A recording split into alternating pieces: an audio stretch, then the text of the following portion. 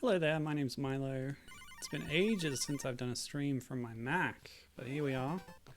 I've done some pinball games on stream before. Off the top of my head, well, I wrote a list off the top of my head the other day. Included things like Jill of the Jungle, Jungle Pinball by Epic, Sonic Pinball Party and Sonic Spinball, Pokemon Pinball Ruby and Sapphire. I did Mega Man Pinball on the mobile phone, Little Mermaid 2 Pinball. And the theme usually with all these is that I'm bad at pinball, but I try my best and I just try to have fun. I will be using save states and rewinds today, don't worry about it. We're just going to have some fun and check out some games video games that use a pinball format but add to it, bend the genre. I sometimes refer to them as adventure pinball, and I made a bit of a list of other ones like it. But yeah, we're going to start with Pinball Quest today. We'll see how many games we really do. I'm thinking maybe 3 or 4. But yeah, let's get started. This is on the NES. 1989. Developed and published by Jaki. Wait, that's wrong. I'll correct myself in a minute. But yeah, let's just figure out what this is. Oh, right. There's different tables. And there's also the RPG mode, which is the one I'm going to spend most time in, but I guess I'll see what the other ones look like. Yeah, so these are more traditional pinballs. You see this a lot in the video game space, is games that try and replicate the look, the feel of real pinball tables, whether it's an actual one that exists or spiritually speaking, if that makes sense. Trying to, yeah, act like it's an actual pinball machine even when they don't need to. How do I leave? I know how to leave. Save state. I didn't make a save state. What? Okay, that's fine. Hi Gibbon, how's it going? Gibbon's excited to see Pinball Quest. I know that's...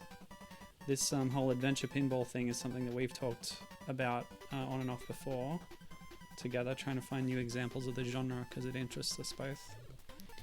So how familiar are you with Pinball Quest, Gibbon, exactly? Oh, this is cute. This is very versus ladies golf, isn't it?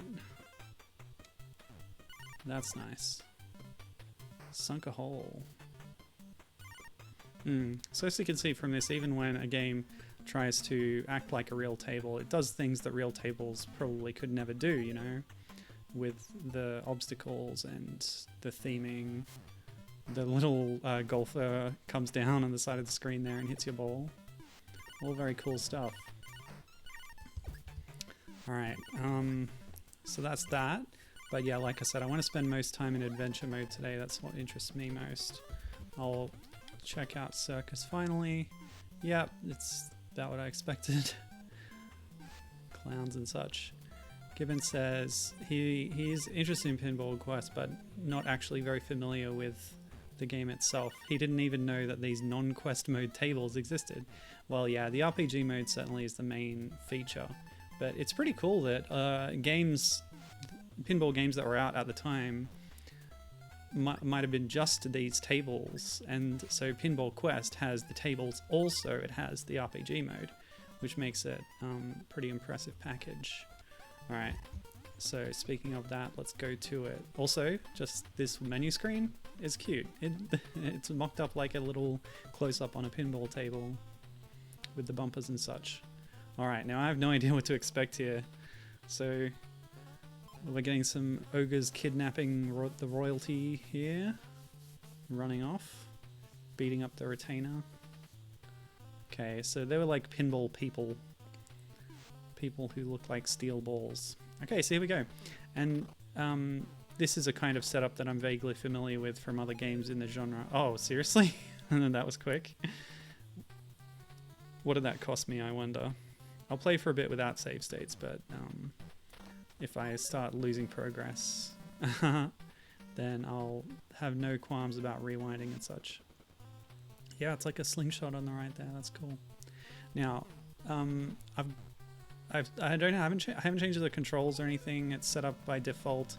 Left on the D-pad is the left flipper and A is the right flipper. I just assumed that would be how it works, and it is. That's one of the defaults in Pokemon Pinball, which is one of the video pinball games I'm most familiar with, as I've said.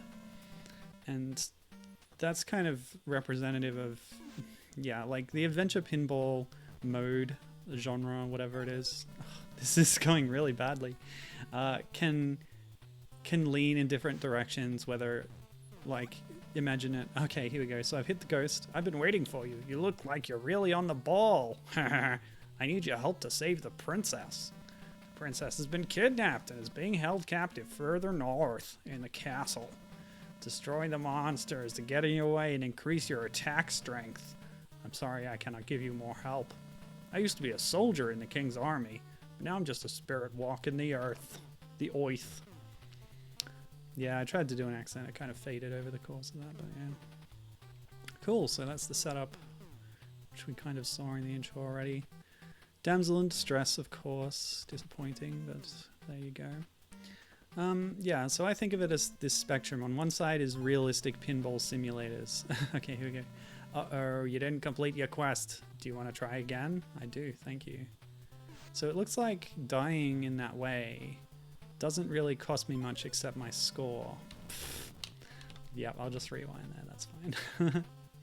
So I don't have to worry about game overs, I think, but maybe as I progress. Ugh, yeah, we saw a little tilt there. So let's try some of the other buttons. Excuse me? Wow, okay, so I pressed up and my flippers flew up off the screen. Maybe you need to press up and down to move your flippers between screens as you progress. Interesting. Didn't expect that would be a mechanic.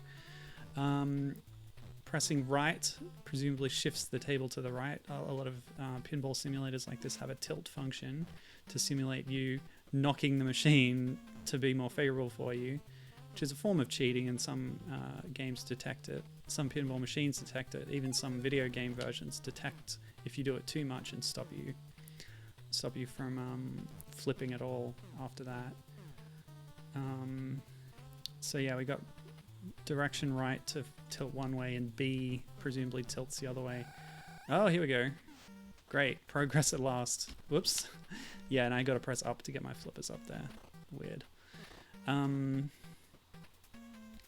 Yeah, Pokemon Pinball also had the up tilt, which is the one I used most, because if it was rolling down the gutter on the side, you could lift a flipper, do an up tilt, and rescue yourself. I did the same thing twice there. What the heck? Okay. So I don't know how to beat these skeletons, really. Maybe destroying a grave will help. Nope. Yeah, this is a bit like Kirby's Pinball Land, which I've also played. That had tables stacked on top of each other, and you would shoot up to the next zone, but then if it fell down, you would not die or lose a ball, but you would go to a past zone, a zone below the one you're on, if that makes sense.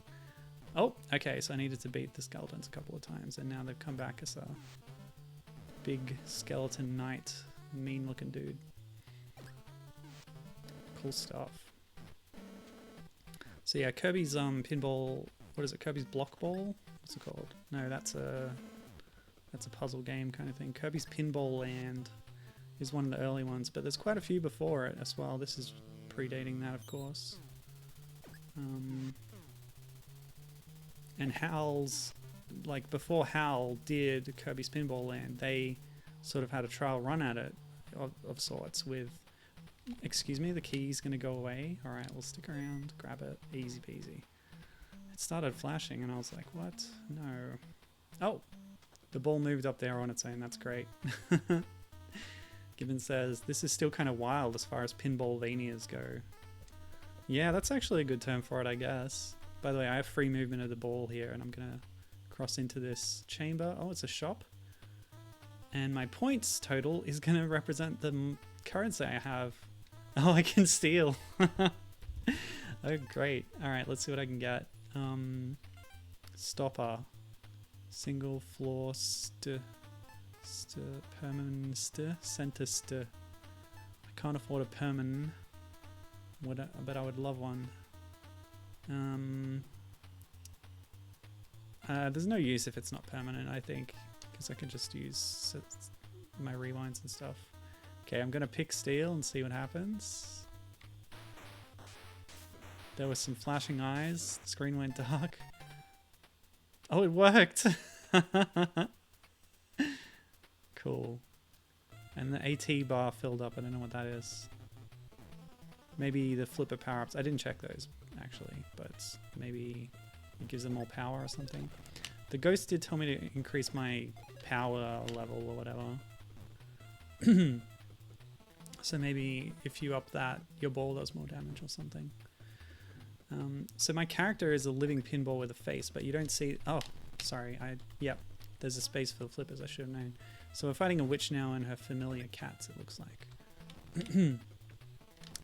Yeah, my character's a pinball with a face. Alright, so I tilted a little bit there because it was going on a bad course. I just don't have the instinct to quickly know when to tilt and how to save myself like that. So the rewinds are going to help, and hopefully it doesn't impact the watching experience too much. Yeah, so I'm a pinball with a face, but you don't see the face when I'm in motion. That's a little bit like Kirby's Pinball Land, actually. I don't think you see Kirby... maybe you do. I don't remember. I played it a long time ago on emulator.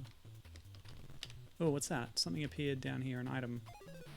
A skull, it looks like. Why don't I try and grab that? Oh wait, I forgot that I'm really bad at precision aiming. Almost. Oh, what? Okay. So that's one way to get back up. That's interesting. And the cats have changed color. Oh, I'm stuck down here now. That skull. I don't know. Maybe it's a bonus or something. Oh well. I'll just fool around. That's what I'm doing here. No rush, no worries. Yeah, but Ask Gibbon says, like, who adds RPG elements to pinball? It is a wild idea, isn't it? And at the time, I think it was unique. There were a lot of more outlandish pinball type games, and I'll tell you about some of those in a minute. But yeah, having like leveling up and then spending your points in the shop and things, it's all very interesting. Okay, so which is down? Who cares about that skull? Yeah, let's leave it behind. So it's pretty interesting stuff. Yeah, let's check out the flipper power up. So I've got Stro Fleur, which is a strong flipper. And it's a good thing I stole it because I would not have been able to afford it. Devil Flipper is probably stronger still. My aim, I guess, is 30,000 for a permanent stopper. At the moment I have a central stopper. But I won't push my luck with another theft, so... Whoops. Okay, cool. Immediately shunting me to the next stage. So, here we are fighting some of those trolls that we saw in the intro. Oh! It grabbed my ball. How nasty. Dead. So by destroying those two, I've opened up a new path, it looks like. But first I'm going to try and get that thing on the left. Okay. Whoop. Nope. Yep. Hang on. Perfect. Not quite. There we go. So I've bounced that in there. The screen's shaking. What's that doing? So since I'm powered up now, I assume that if I fall down, I might lose some of my power up. So I'm going to avoid that now. So what's that done? Why don't I just test that? Oh, it puts me back down here. I've lost one of my AT, which I assumed that was something to do with attack power of the flippers or something. Don't know for sure. So what does it mean that that bouncer has moved? Bumper. I don't know.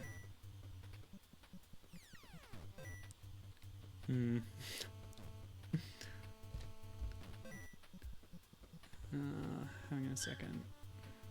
Yeah, alright. So let me tell you about the creators of this game.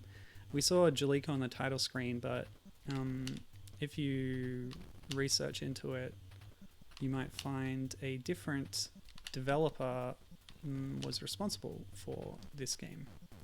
Okay, come on. Ugh, not quite.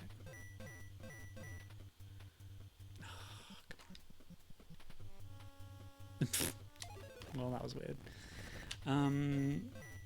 Yeah, so this is one of the games by Tosei, the famous sort of shadow developer in the Japanese gaming scene. They're around for a long time. I don't know if they still are, but they definitely were as recent as the DS generation. I know, they've been doing co-development work on Nintendo games since then at least.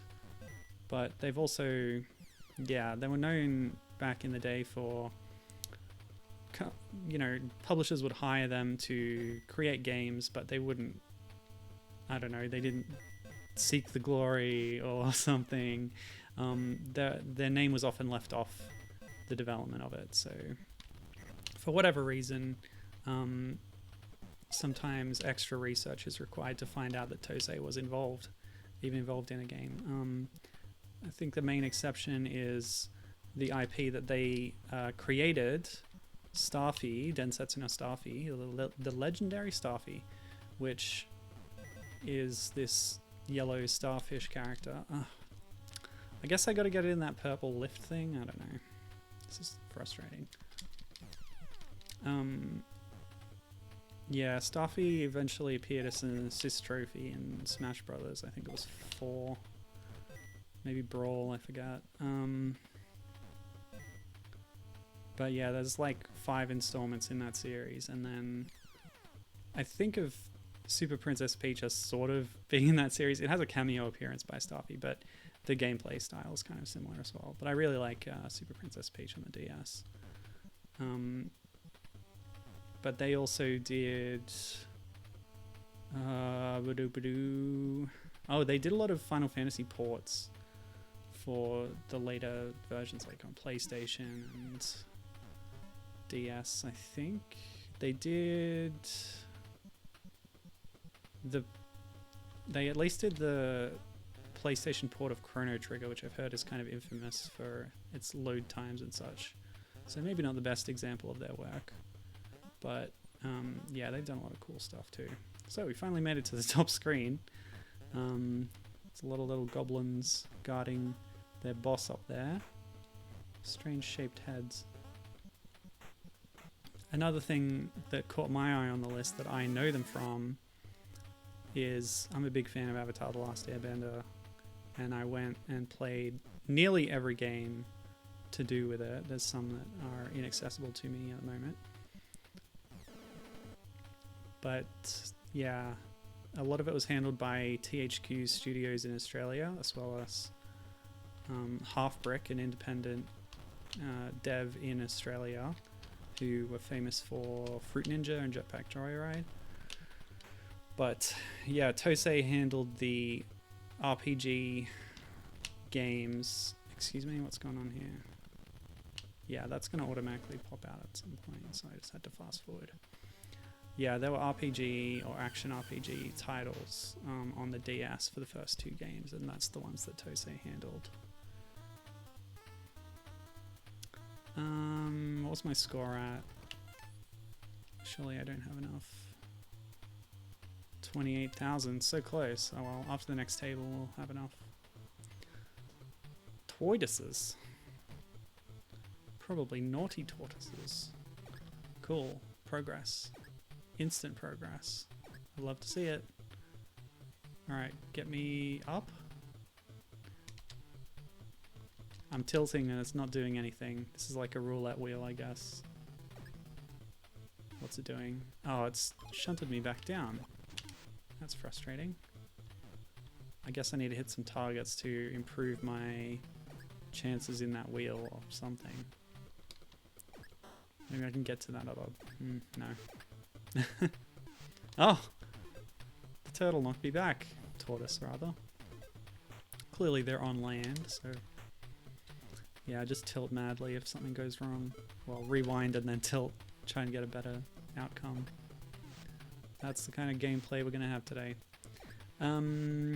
Yes. So as for the publisher, Jalico, they're pretty cool.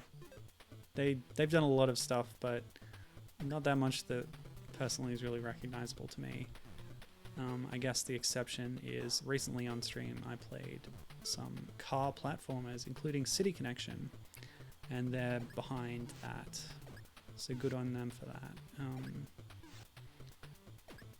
I also saw on their list of games published that they apparently took some of Rare and Ultimate Play the games, old games, and released them in Japan. So Jaleco is who we have to thank for, say, the Famicom Disk System port of Night Law, which puts Saberman on the front cover as a young boy, apparently. What? What just happened there? The boat sank before it got to the end. Excuse me? What? Yeah, there's nothing I can do there. That's just waiting. And the boat just goes up and it bloody sinks. What the heck? That makes no sense. Ugh, I'll try again, I guess. Fine. Oh, Gibbon says, that's a lily pad, not a boat. Oh, right. So it's chance whether I get up there and I'm given a boat or I'm given a lily pad, and the lily pad sinks before it gets there. Great. Trial and error gameplay. I love it. See, there's a boat. Yeah, okay. I just thought it was a weird sprite, I guess. But you're right. So it's chance which one I get in here, whether it takes me up. Yeah, and that's a lily pad again. I see the difference now. Hopefully, yep, there's the boat. Come on now. Wonderful. Much better. Flippers. Whoops. What the heck? I had one flipper in place and one almost left. Alright.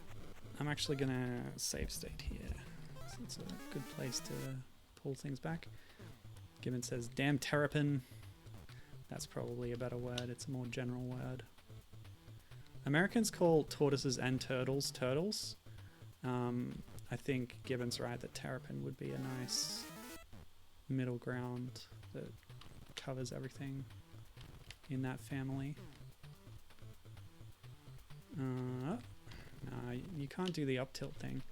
Although I haven't tried select. No, select's not doing anything. Oh, select shows me my totals and stuff. Oh, I think those items might be consumable.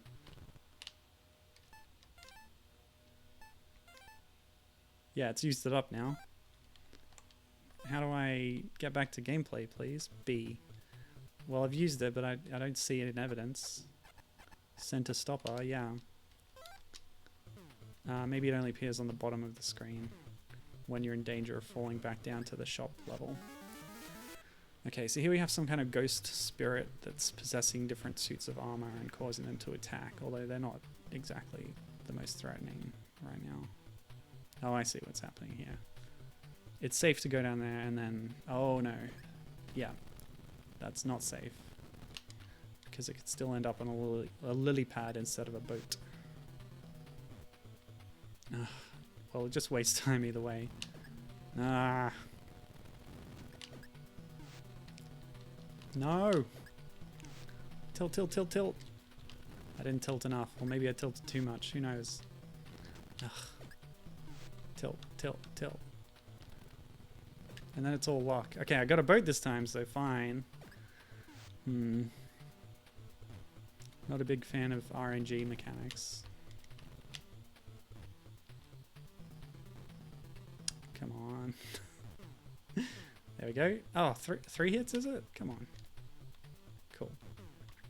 4? Yikes. They're getting stronger, I think.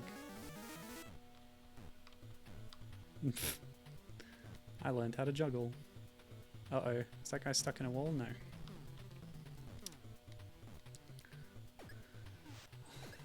Oh. No. Come on, give me a boat. Yes. Good.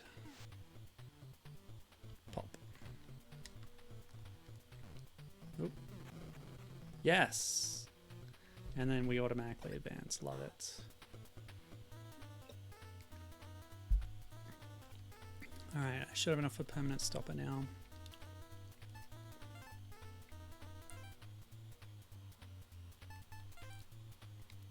auto-save my bacon. Oh, no, I don't. I was misreading the figures, I guess. You do not have enough gold to buy it. And I definitely won't have enough for Demon Flipper, so oh well. I'll just keep going. And I don't know what the 70 counter is either. I really should have read the manual, probably. Oh, what's that? Oh, I don't have to move my flippers up. Well, I do actually, but there's extra flippers. Oops. Okay, so if I move them up, yeah, alright. Oh, is that the princess? Oop. Yeah, that's gonna be bad, yeah. It knocks me down. Just avoid that. Oh! There's yet further layers of upwards mobility. Arrgh. Pop. Okay. One down. Oops. Should have tilted. Oh, wrong button. My fingers are being too tricky. What? It moved the wrong way. Ah. Okay. That digitized screen, by the way, is very piercing. No. Ah! Man, having to move the flippers around, it's interesting. Oh! It was a fake princess. It was a demon.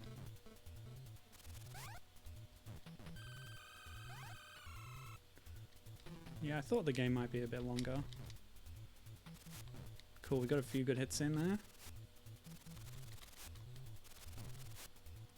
Where are you going? Get back.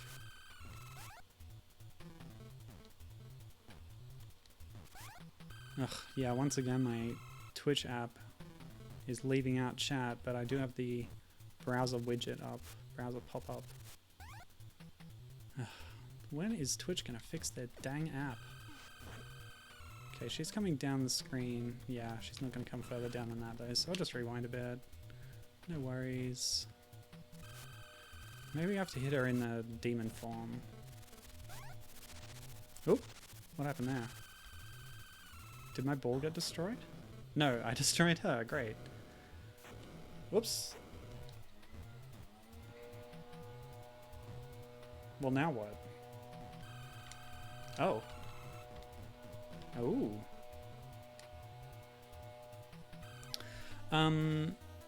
The app that I'm using is on iPad to watch my own stream to check if anything goes wrong, and it's got the chat beneath it. But the chat often misses. Yeah, it leaves out messages, so then I have to get a browser thing up, or the Windows version of OBS has a native pop-out thing that it can do. Yeah, I'm not gonna have enough still, so let's move on. Ooh, this looks climactic. By the way, the cover art actually is pretty scary. What the? Okay. Yeah, that looks like a princess and a demon with a big old sword. Whoa. Okay. Not sure what's going on.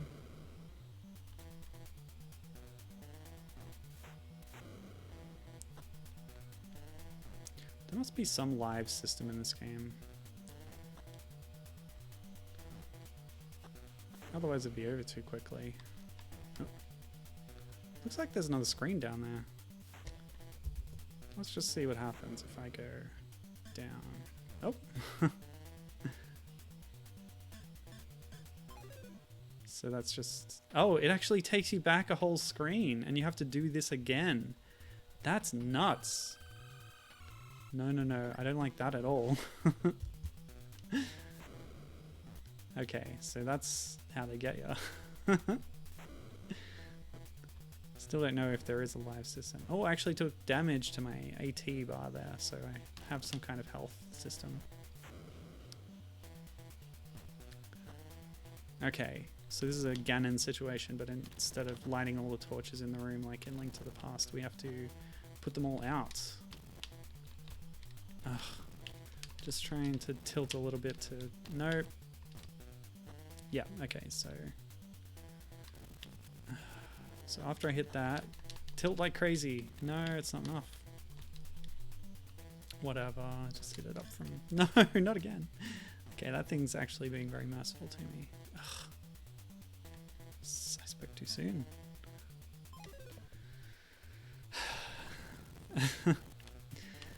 Yeah, so I assume that the demon becomes vulnerable when all the lights are out. Come on.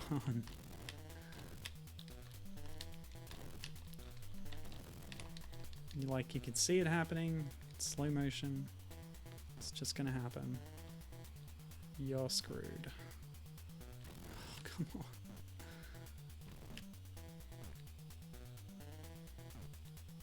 Okay. No! Okay, let's have a final chance here. All the candles are out. Hit the guy. Only one hit, huh? That's all it takes to melt the demon to a puddle of goo. And the princess is saved. She appears to be human, but I am a pinball. I thought the king was a pinball too, so now I'm just confused. Oh well. Very cute stuff.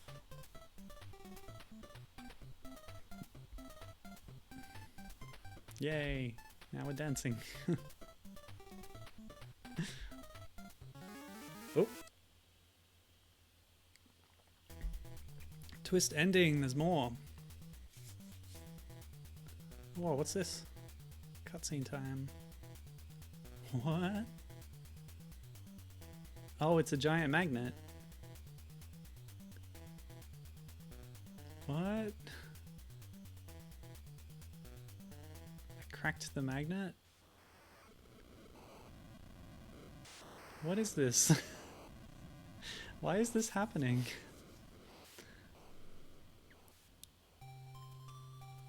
So that was a fake twist ending. So this is the real ending, I guess. Okay, cool. Yeah, all the other people here are pinballs too. Yeah, well that was strange, wasn't it? Magnet out of nowhere, then it exploded. Okay, that's cool. Well, that was shorter than I expected, but that's okay. We have other games to play after this. This is possibly the progenitor of the adventure pinball subgenre, but there's a lot of others that fit the description to some extent. Like I said, it's a spectrum, whether you're going all the way to one end where you're using pinball-esque mechanics in a sort of adventure game. Maybe Yoku's Island Express would be close to that, although the individual table zones in that are quite pinball-y and mechanical. Well, a little bit, I guess. And yeah, the other end is the simulation games, like I said. So, you know, something like Pokemon Pinball is closer to simulation side. This is closer to adventure side. Yeah. Okay, well, that's the end of that. Yeah, we finished. Great. I assume it's a lot harder when you're not rewinding all the time. But I'm glad I got through it. That's one off the list. I've been meaning to play this one for a long, long time. But what we're going to play next is actually going back in time by a year.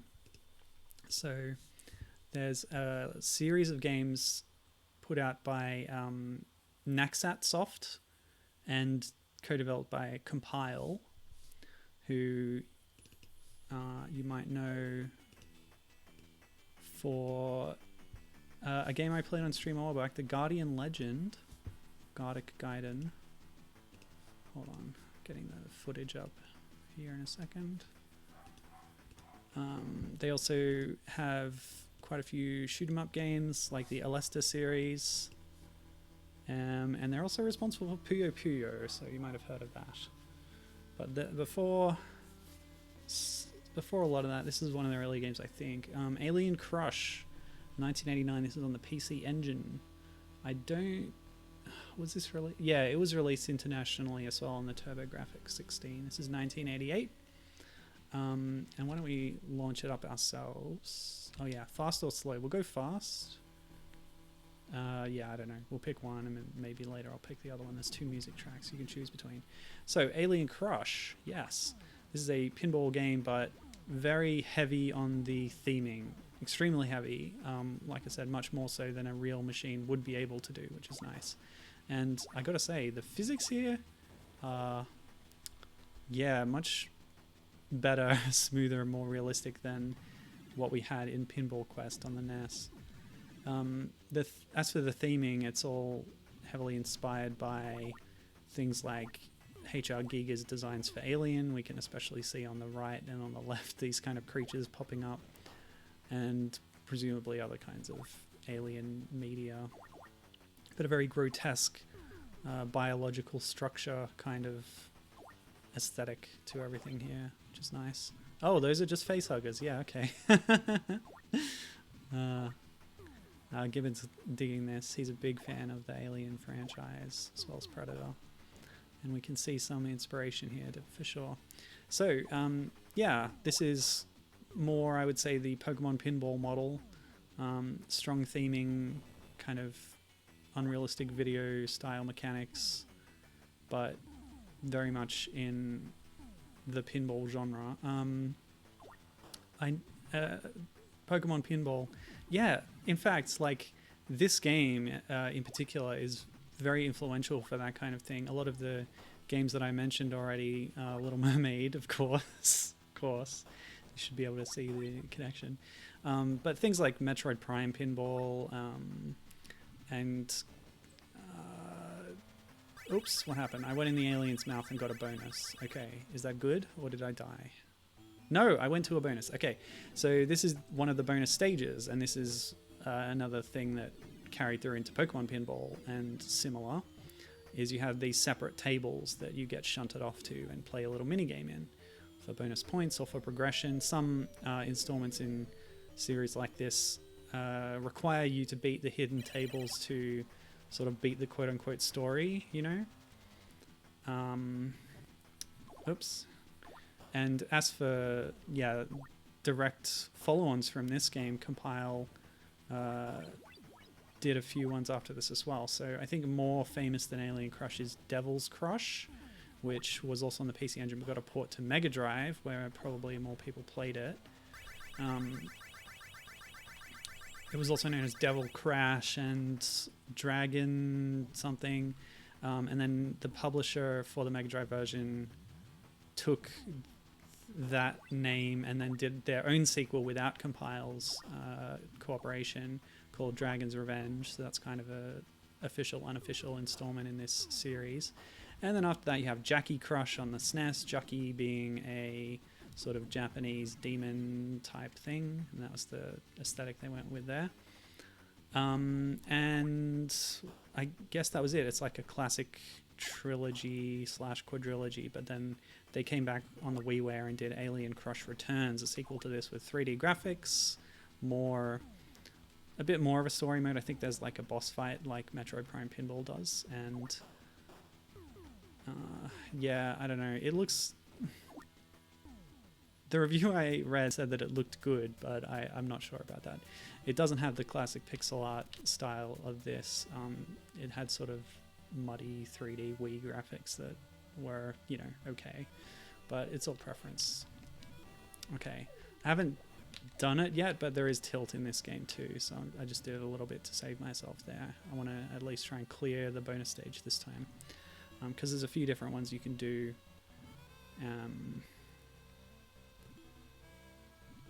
Do and see with different stuff going on in them, so that's good. Yeah.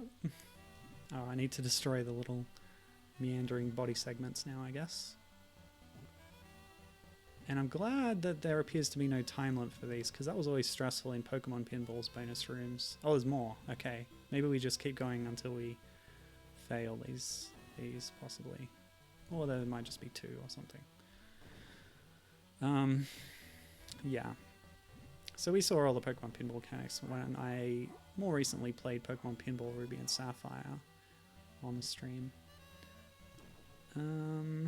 Yeah. Oh, and as a footnote to the Devil's Crush series of official games, it inspired many other developers to varying degrees, whether it was to make games in a similar style. Like, I'm sure that Pokemon Pinball is inspired by this series by Compile, but there's been other ones more recently that indies have made as direct inspiration. So there's one I saw called Demon's Tilt that is deliberately harkening back to Devil's Crush and trying to do a modern successor to it, and it looks pretty cool. Yeah, I think I'll just leave this now. This seems to just be repeating. Yeah, so Gibbon is saying in chat that it's, well, he's talking about the aesthetics. It's kind of crazy how many old games just straight up use aliens. Yeah, there's I think R-Type is a shooter series that definitely 100% is cribbing off that aesthetic heavily, but a lot of other shooters did it, a lot of games did it in general. It was an incredibly popular and yeah, a very popular style, and also I guess seemingly easy to emulate, or at least to try to emulate. So I think Contra as well is a big one. Yeah, R-Type and Contra, as Gibbon's calling out, they're pretty blatant about it.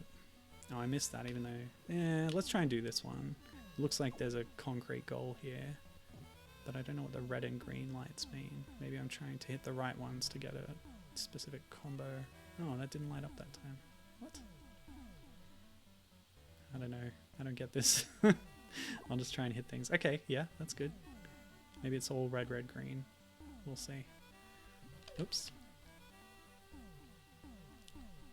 I do really like the aesthetics in this, though. I think the play control is really good, and they've nailed the aesthetics too, so that makes this really attractive and appealing. I probably, given the time we're going, the time that we're at, I might show off some of the other Crush series, but I do absolutely recommend the Hardcore Gaming 101 series of articles all about them, which is... yeah, where I got most of my knowledge about the series. But after that, I then went to Moby Games' list of pinball games, and there's about 450 of them. I scrolled through the whole thing, noted down some of them that might be adventure style, like Pinball Quest, or these other games that I've enjoyed, like Sonic Spinball, and try and see progression of inspiration and that kind of thing. Oh, sorry, I'm just trying to not die before this jingle runs out, but I think it's gonna bring up a screen. Yeah, okay, so I actually cleared that one. It is possible to clear that. Maybe I just didn't kill enough centipedes in that other one. Yeah, I don't know how many bonus rooms there are. I think there are at least 4 from what I remember from the articles. Oh, it's so gross. The aesthetics are really grody and kind of, yeah, grotesque and deliberately horrific, but in a really effective way. I don't know how many eyes this thing has. 9, 10, 11 eyes? Great. Yeah. So let me see here. Oh, by the way, Naxatsoft, the publisher here, I had mentioned that Compile had a link to a previous stream I did because they developed the Guardian Legend, a game that I really enjoyed. Sort of action-adventure shooter hybrid on the NES. Oh, it's this one again. I'll try and beat it this time, I guess. Yeah, Naxatsoft has some connections too. What did they... Yeah. So they have some shoot 'em ups on record that are also known as cute 'em ups because they have a very cutie type aesthetic. So on stream before, I've played Koryun, the baby dragon, which I played during the Dragon Games mini showcase along with Panzer Dragoon mini on the Game Gear, and what was the other one? Was it Saint Dragon, the arcade game? Something like that. So they did that, and they also did the similar game PC Denjin, also known as Air Zonk, the BC Kid or Bonk spin-off, where you're a cyborg in the future and it's a shoot 'em up, but also very cute, Parodius style. Okay, tilt doesn't really work too well to just move you in midair. I don't know. I still don't quite get tilt, how it affects the physics. in pinball games. Ah, we're almost there. I had one other note about them. Oh yeah, another shooter that Naxatsoft is responsible for is the infamous Zero Wing, the source of the completely overused early internet meme of all your base belong to us, because it had a famously poor translation.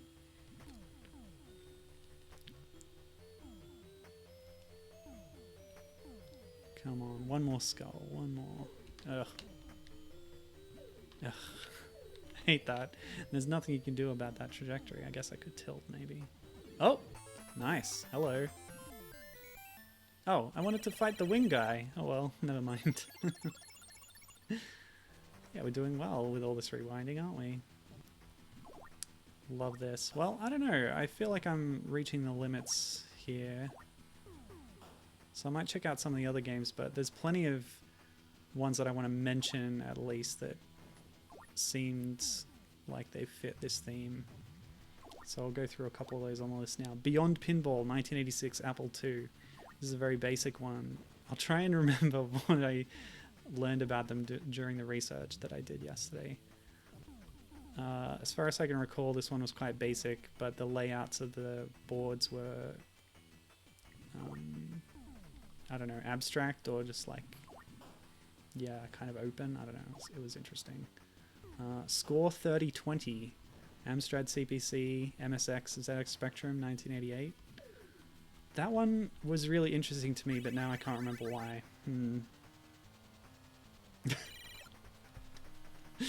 There's a lot on the list, so my brain filled up, I think. Alright, so that's game over. Why don't we check out the other music track for a little bit, and I'll read you off a few more things that you might want to check out if you're interested in adventure pinball type games. Hopefully I don't talk too much over the music. It is quite quiet actually on this particular emulator, so I'll turn up the background volume. That's actually probably too loud. Okay.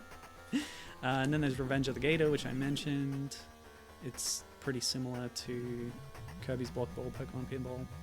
Time Cruise, 1991, PC Engine. Yeah, that was interesting. Time travel. It had a story with cutscenes and stuff, so that's pretty cool. Kirby's Pinball Land, 1993, Game Boy. This is one. It's one of the early ones that take this kind of pinball format, where you've got the one screen with the obstacles and everything, but it had multiple layers. So I don't know if it was 3 or 4 layers, but much like Pinball Quest, where you could fall down into an earlier part of the table. Kirby's Pinball Land was set up like that, where your goal was to get higher and higher on this table with multiple zones as you progress upwards. Finally, with a boss fight against Krakow at the top in the clouds.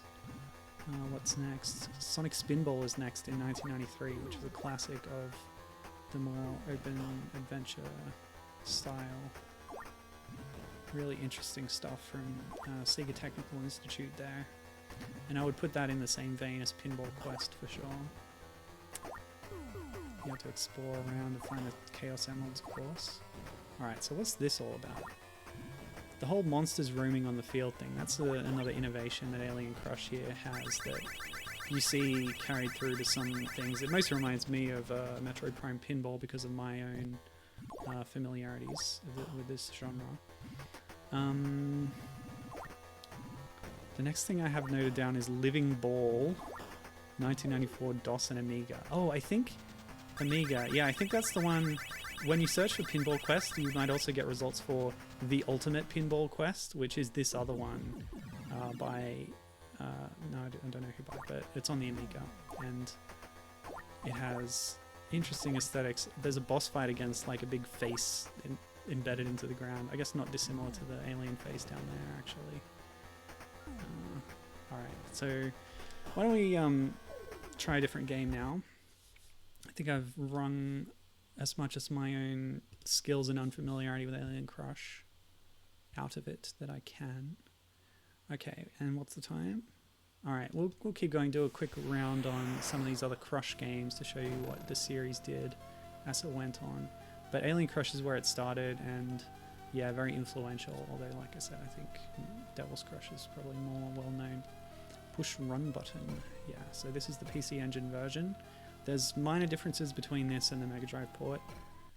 Oh, you actually can save progress in this one. Data load and passwords. Interesting. Okay. So here we have a theme that's a bit more, you know, Western medieval mythology or horror, folklore. I don't know.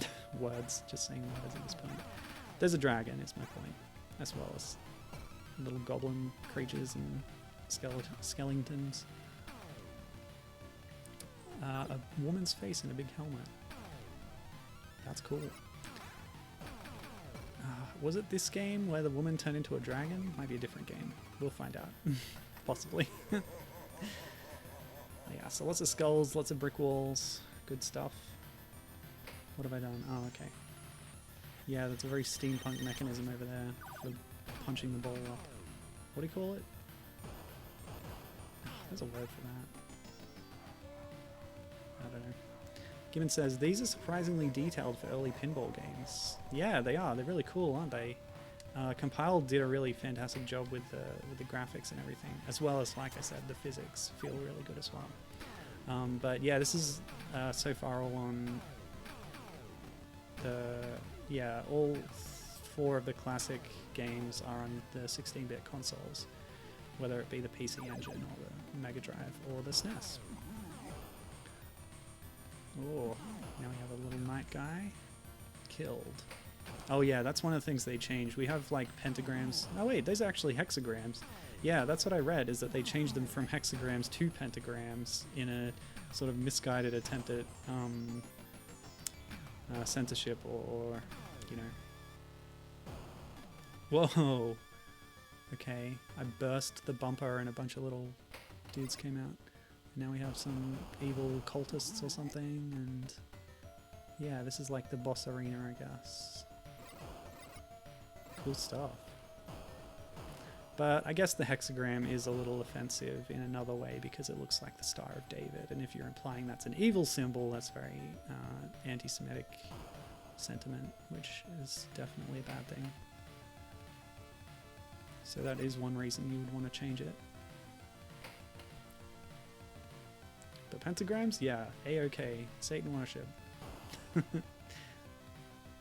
Okay to depict that as evil, I suppose.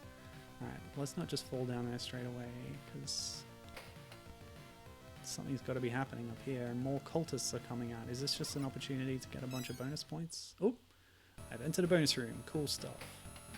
This would be a good time to mention one of my favorite pinball video games, and it's very similar to Pokemon Pinball. But it only exists as a mini-game, like sub-game, inside of Kirby Mass Attack.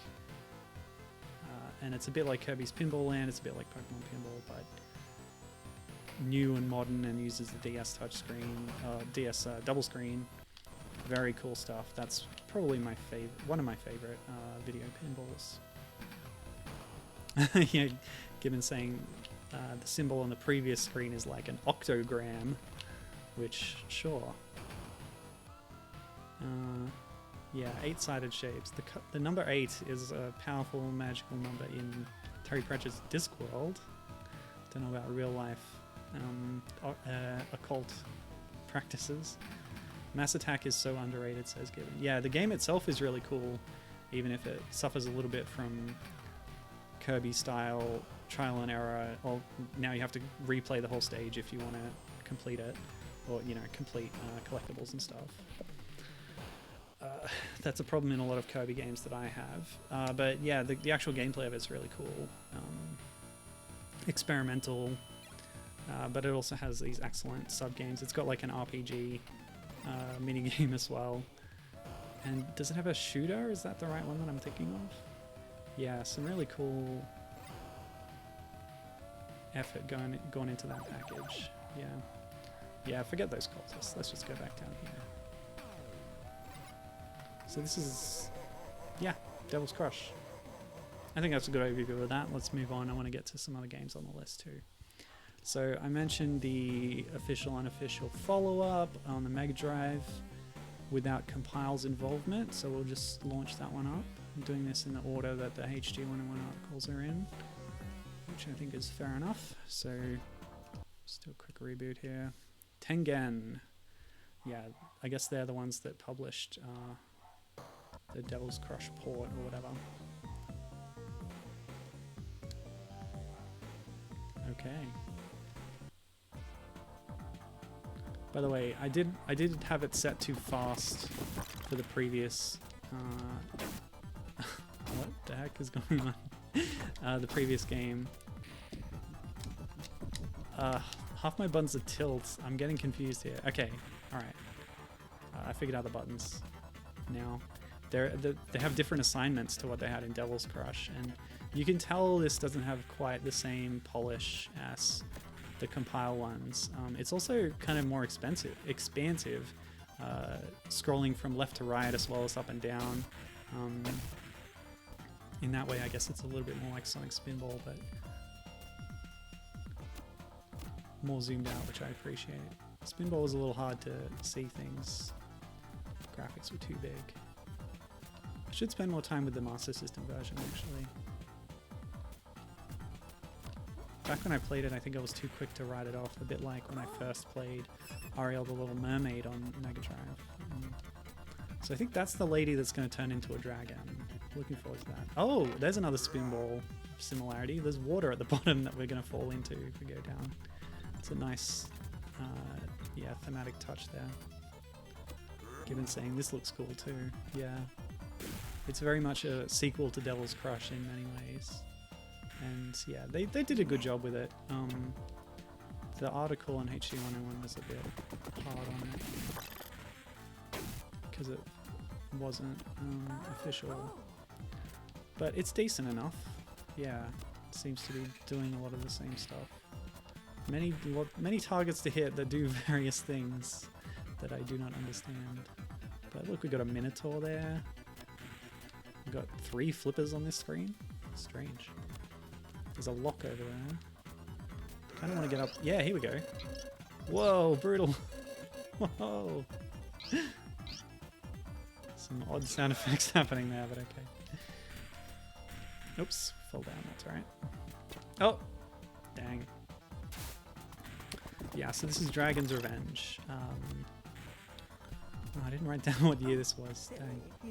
Oh, hello. She woke up. Said something. Didn't quite make it out.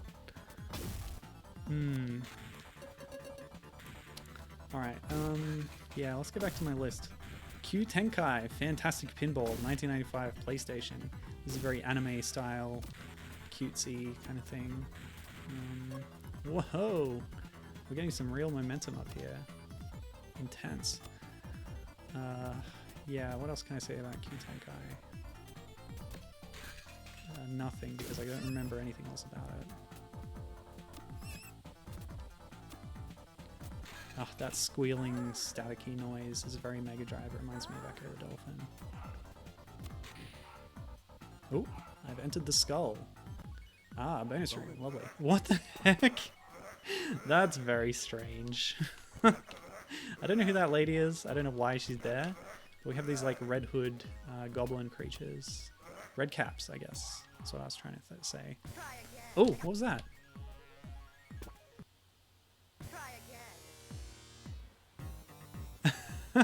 So that's a death, is it? Try again. Well, that was strange. Cool stuff. Yeah, we might call it there. I'll put on Jaki Crush next, the final one in this classic. Oops, what's this?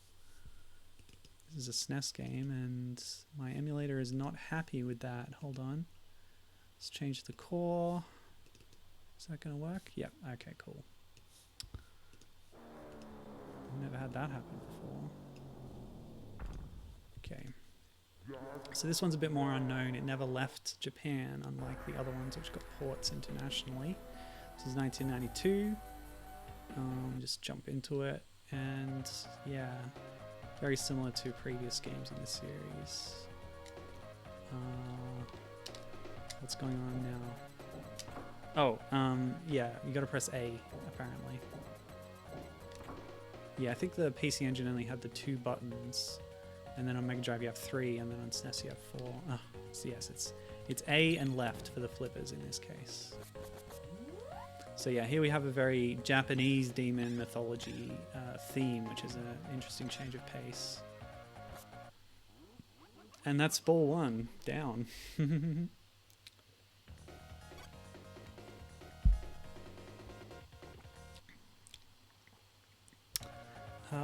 There's more games on this list than I wrote down and then don't remember anything about. Starball, 1996 DOS.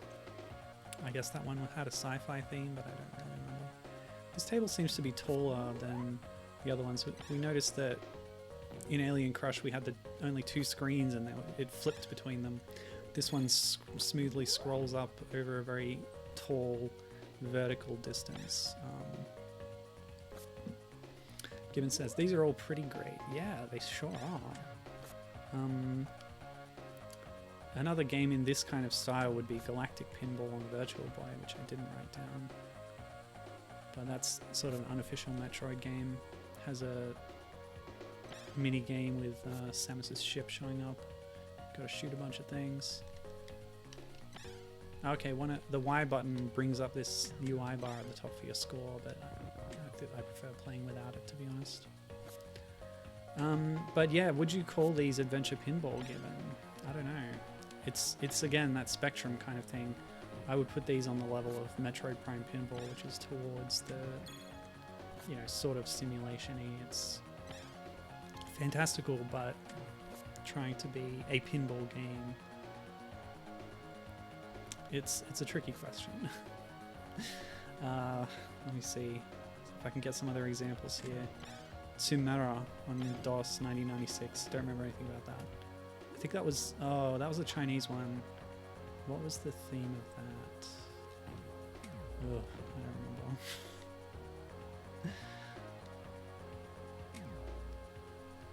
When you're looking at a list of 400 games and then you write down like 30 of them,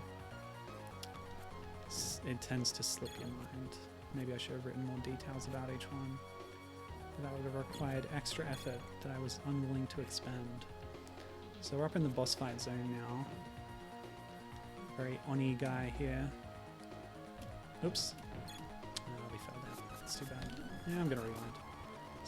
Rewinding is not always great on SNES, but it seemed to work fine this time.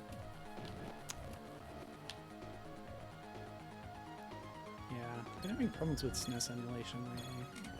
There we go. He's down.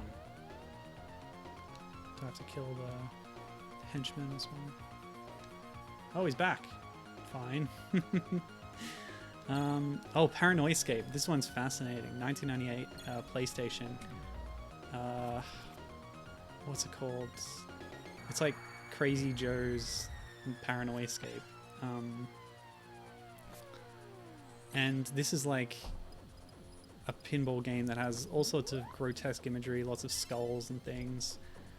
But it's all in first person. You are the ball and you're hitting yourself around in this pinball world and watching things come at you. It's a very strange idea for the polygonal landscape of the PlayStation, you know.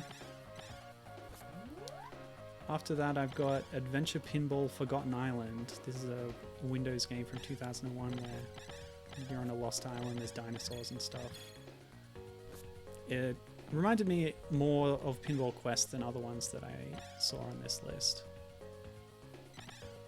because it had a very jungly background and everything was integrated well into the theme, from what I could see. Akira Psycho Ball. I thought I knew about all the adaptations of the anime, film, and manga Akira, but there was another one that I didn't know about, a PlayStation 2 game that was pinball themed, but you're like traversing buildings and stuff through the medium of pinball. That was an interesting one. Maybe worth checking out one day if I can get PlayStation 2 emulation working better. I've had better success with it recently than I have in the past. And the next one I wrote down was a Smilebit game. I love Smilebit because of Jet Set Radio, but they're responsible for the Typing of the Dead, but also the Pinball of the Dead, a Game Boy Advance game in 2002 that takes the House of the Dead concept of shooting zombies in a haunted house and then makes it a pinball game. Pretty cool. Flipnic Ultimate Pinball 2003 PS2. I don't remember anything about that one. And then we have Super Mario Ball, or Mario Pinball Land on the GBA. That is an interesting one. Very open playing field that you go between these different mini boards, and it's sort of a Super Mario 64 setup. You're collecting stars. It's interesting. Of course, the developer then straight away went onto the DS to do Metroid Prime Pinball, and that's one of my favorites. So good on them. Alright, before I read any more, let's move on to another game. The next one that I want to play is from 1991, and it's on the... what is this? The Mega Drive? Yeah, okay. Just get this set up. Just reboot that. So yeah, Mega Drive. It also had a port to the Sharp X68000, but Wolf Team, we should know this name because a long while back I played El Viento, a game I really did enjoy a lot. They're also behind Ernest Evans. They did the first installment of the Valis series, which El Viento kind of is a take on, but a lot of other companies did a take off of Valis. Sort of 2D side scroller kind of thing. But it's a particular style that you would recognize if you saw it, I guess. What else did they do? Oh, another one that might be coming up later on stream, Time Gal. They did the Sega CD conversion of it, but we'll get to that. What are we doing here? Okay, so I think that's button B, and then how do I actually shoot this? Okay, hold down button C, I think it is. I don't know what my button assignments are actually for Mega Drive, but yeah, we have a very armadillo-looking dinosaur in this game who rolls up into a ball and becomes the ball in your table. And yeah, unfortunately we're getting some kind of lag or slowdown whenever the screen scrolls, which is unfortunate. I think that's just a function of the game, unfortunately, because the other Mega Drive games I played today worked fine. So yeah, it's too bad. But I really like the theming on this one. I played a couple of dinosaur games last year. One that I want to get back to is Dino City, loosely based on the live action kind of puppet movie. But that was really cool. It was like a Yoshi's Island style game where you had these kids riding on the backs of dead dinosaur friends in a cutesy world. It was really cool. And then I saw this and was reminded of that because it's very cutesy and very dinosaur-y as well. Given's excited about Dino City. Yeah, I should probably watch the film if I ever do revisit the game, but to be honest, it doesn't have much to do with the film. Yeah, so this is kind of the Devil's Crush or Alien Crush style of pinball game. So it's another example of those compile games having inspiration and influence on the rest of the video pinball industry. I wanted to find more games that were specifically Pinball Quest style, especially because I was such a fan of Yoku's Island Express. Oopsie, okay. Very quickly chucks you into this and then you gotta deal with it. So this is a bonus room with a boss fight. It looks like the dinosaur's girlfriend is a damsel in this. What? Why did that happen? Wah. I don't get it. Oh, okay, so the dinosaur that is riding a lizard around the side of the screen is going to grab the other dinosaur, my friend, and must be stopped before it does so. So if I maybe... no, didn't make it. And that's what boots me out of the room, so if I focus on that... Yes, that's one hit. 2 hit, 3 hit, 4 hit. Come on. Come on! I don't... What? How could I have done any better at that? I don't know. Weird. Anyway, very cute game. I'm enjoying it. But yeah, there's not going to be too much to it. Sad to say that there weren't too many of that adventure style game that I could progress through and then get to an ending. A lot of games really have the table structure to them, even if they really amp up the fantastical elements within that, which is fine, it's valid, but if I'm trying to seek out specifically the ones that have more of a story, RPG style, you know, that kind of progression, then there's not many of them, unfortunately. But let me see.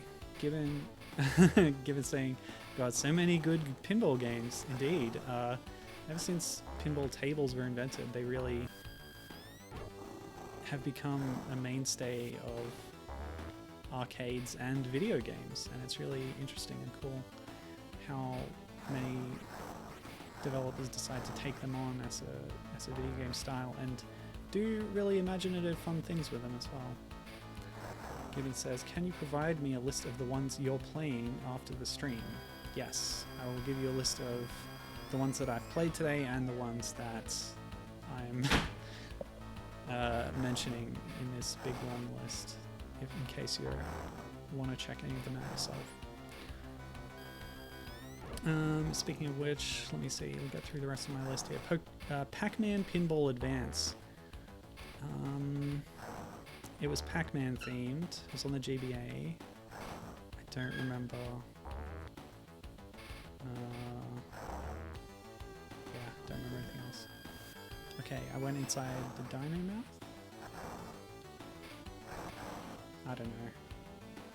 Don't know how to get back to that boss. You gotta light up the boss things and then go up to that little circle, I guess.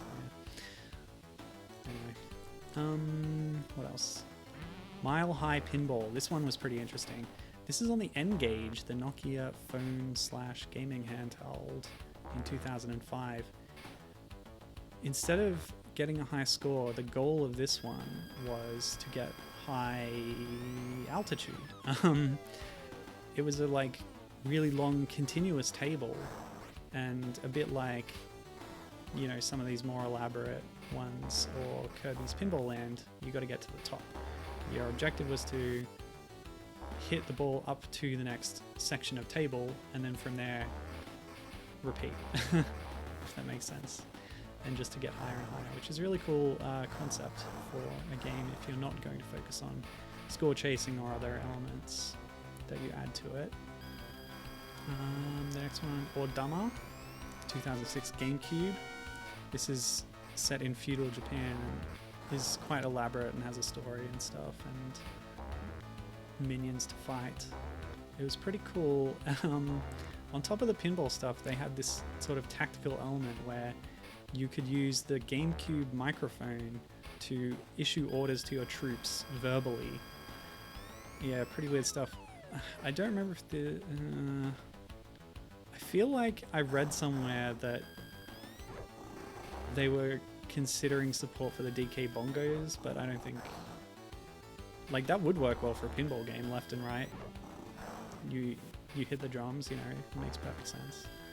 But I don't think... Oh, okay, so getting in that hole filled the boss meter, and now I'm back to the boss. Oh, hey, Danger Mouse, good to see you. How's life? Oh, gosh. She's excited about the dinosaurs. Dinosaurs cool, yeah. So this is the boss, and my dinosaur girlfriend is about to be grabbed by this other little dinosaur who's riding a yet further dinosaur. And then I don't know how to stop that, and then I get kicked out of the bonus room. But yes, dinosaurs are indeed cool. I should play more dinosaur games on stream. I've done a few in the past that have really impressed me. I was just saying that one thing that I want to revisit at some point is Dino City on the SNES. Alright, I think we might be done with this though. Oh, Danger Mouse just got here. I'll do another run on the dinosaurs just for a little bit. What else? Oh yeah, Flipper Critters on the DS, 2007. That was pretty cool. Cute animals. Not tied down to the table structure is what I recall from that one. Robot Pinball Escape 2012, so we skipped a few years there. This is on the PC. This is kind of a student project that also, not first person, but it was a third person platformer with pinball elements. So you're a robot who is running around a pinball table, and sometimes you get hit like a pinball, but you can also run around and explore, or like, yeah, traverse the obstacles of a pinball table, which is pretty interesting.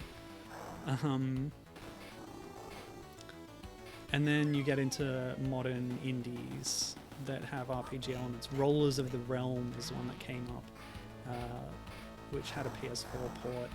Seemed interesting, had a story mode and RPG stuff to it, which was pretty cool.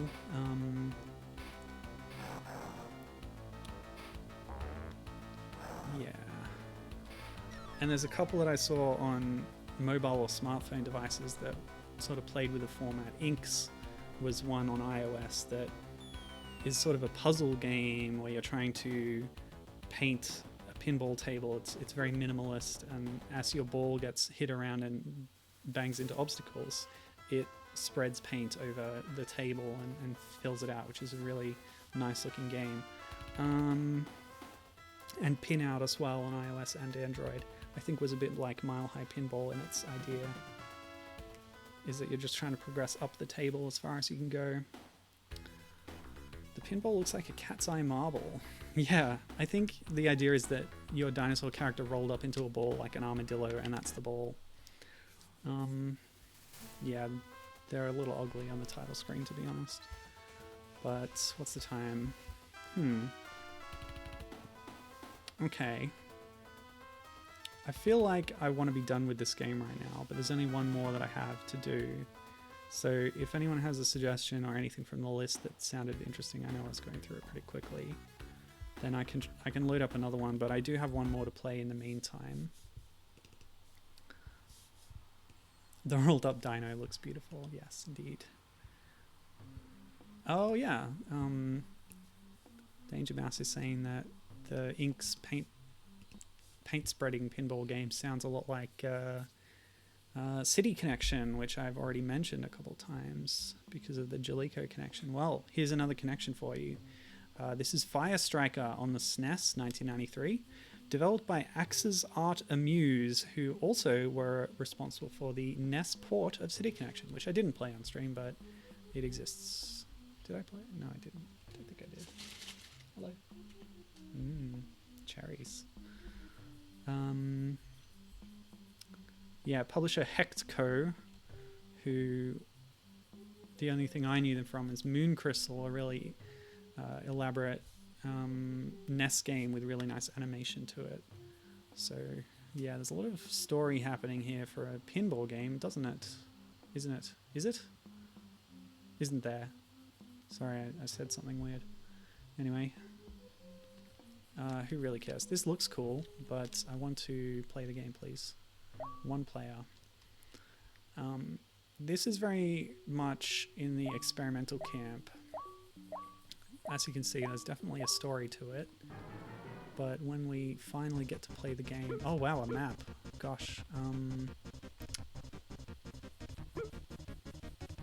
What is this music? How do I go? Okay, A, of course. You may not choose a striker yet. Press A to start. Great. Okay, so I'm going to get different characters. Yeah, so this is how the game works. It's, well, now that I look at it, it's a little bit like Breakout, to be honest. But there's a ball. Your sword sort of acts as a flipper in this case, and you move anywhere on the screen. Yeah, when you look up pinball games, some of them do take Breakout or, you know, Arkanoid, that kind of thing, elements or mechanics to flesh them out. Yeah, this yeah, I probably won't spend too much time on this. It is more Breakout-y, isn't it? Yeah, but there is some overlap, like I said, when you start looking into this stuff.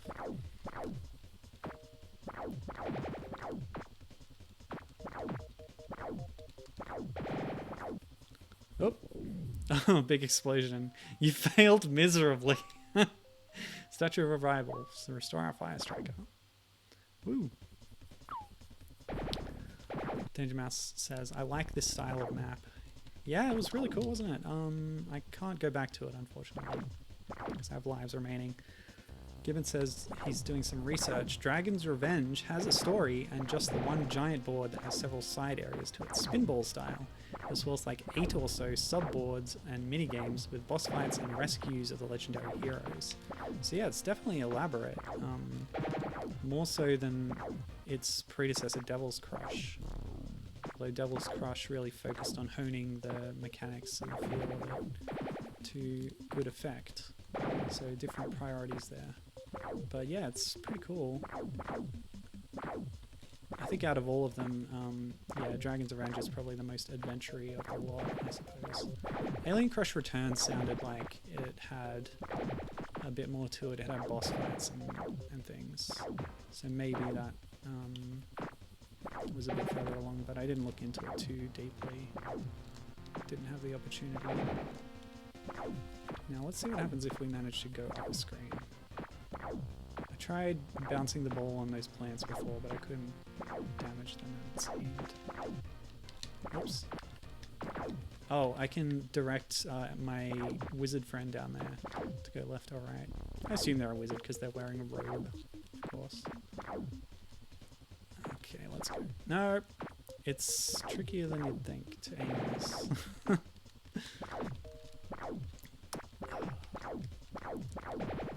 But yeah, this is less pinball-y than I thought, so I'm gonna stop it. Just to complete my list here, though. Momonga's Pinball Adventure. That was really cool. Adventures, actually. You play as a little squirrel thing that rolls up into a ball, and it's yeah, it goes all in on making it sort of naturalistic in look. Gosh, this is so tricky to get the ball to actually go where you want it to. Why is it? Yeah, I really enjoyed that. It was quite short though. Yoku's Island Express, I think I mentioned before, is maybe the most well-known of this kind of taking pinball mechanics and then making a new genre of game around it. It's a Metroidvania type thing where you play as a little beetle who is a post person delivering letters all over this little island. Oh, I did actually beat up that plant. Let's go grab that thing. Yeah, Yoku's is really good, Given agrees. I very much enjoyed it. The visual style of it has been compared to Rayman Origins. So, you know, it looks fantastic as well. It sounds great. It's just a lovely game. Really cool. And, yeah, good pinball stuff to it as well. Give me the treasure!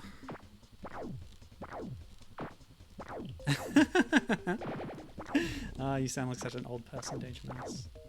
It kind of feels like the old Pong, I think it was called. Yes, Pong. Oops. Ah, screw it. I'm done with this Firestriker. Goodbye. But actually, I need something to move on to. Last two ones I want to mention are Creature in the Well, which is more an abstraction of pinball mechanics to a kind of action game where you're a robot exploring a like evil fortress, and the Pinball Wizard on Apple Arcade. It was a lot of fun. Yeah, I don't know. I played through the whole thing, but I don't have much more to say about it. It's really cool. It's not too bogged down with pinball mechanics. I'm doing a quick search through my game library. Do I have Kirby's Block Ball on here? Pinball Land. There it is. Here you go. I'll show you Kirby. Push A. I don't know where I am here. Yeah, this is in the middle of a game. Alright. So this is what Kirby's Pinball Land is like. Hal's attempt at this genre. This is an original Game Boy game, which I've got a palette set on. But to give you an idea of what I was talking about, it doesn't scroll smoothly because it's the Game Boy, so fair enough. But if you go up to the next screen up, oh yeah, see, that's the bottom and you fall down. But there's at least, yeah, 3 screens high. I think there's at least 2 or 3 or something different tables that all have these 3 screens high mini table things. And then you gotta get to the top. Yeah, it's cool stuff.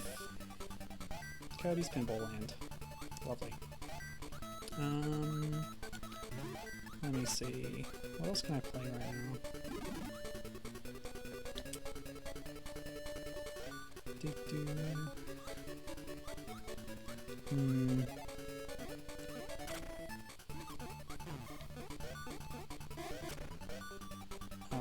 Does anyone in chat have any requests for things for me to return to or to try out in Pinballscape?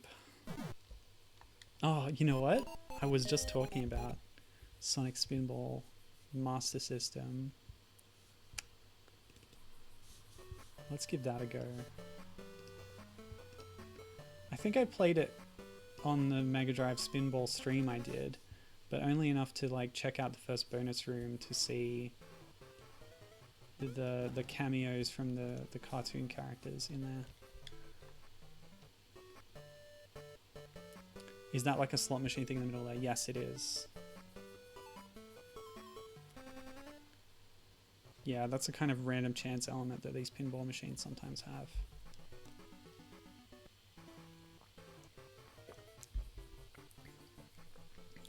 I don't know enough pinball related things to make any requests. Oh well, that's cool. No worries. I think I'll take this on. Yeah. I don't really remember how much I played of this on my previous Spinball stream, to be honest. Oops. Oh yeah, this is slow. There's some lag happening. Alright, so button 1 and left. Do I have tilts? It's hard to tell. Don't think so. Also, I don't remember how to get to the bonus room. Yeah. Oh, come on, what? Why did that happen? Oh, what? Why have the controls suddenly changed? Okay, well, that's fine. We'll deal with it. Can you guys hear anything? I think this game's really soft. Hold on a second. That shouldn't affect the playback. Okay. Yeah, I can barely hear anything that's going on in this game. Oh well. Danger Mouse hears things. This is so fun, she says. It's like Sonic is perfectly made to be a pinball. Indeed. Well, I have heard it said, for context, there are pinball sections in some of the Sonic games where you do curl into a ball at times and then suddenly find yourself in a pinball style environment where you're getting punted around and stuff. And it's been said that this dedicated game where Sonic is in a big pinball environment, Sonic Spinball, is inferior to the individual pinball sections of other Sonic games, which is a very unkind thing to say, but probably fair. Bubsy would also make a great pinball too, actually, well, considering Bubsy's a Sonic clone. I guess so. Does Bubsy curl into a ball at any point? Okay, so you are able to control Sonic when you're running around on a flat surface, as demonstrated here. And it looks really cool on Master System, actually. I love the little sprite. So where does that put us? Back here? Weird. Whatever. But Gibbon agrees that Spinball is great.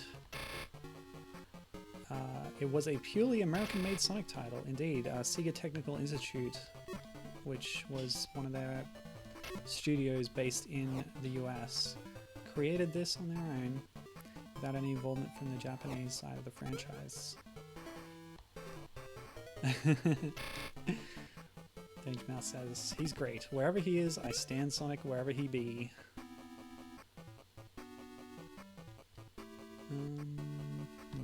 I guess this is the way out of here.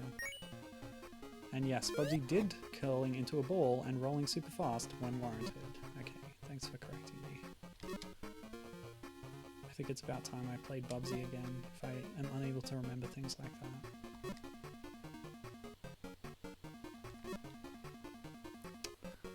I need to figure out how to get to the bonus. I'm gonna look it up.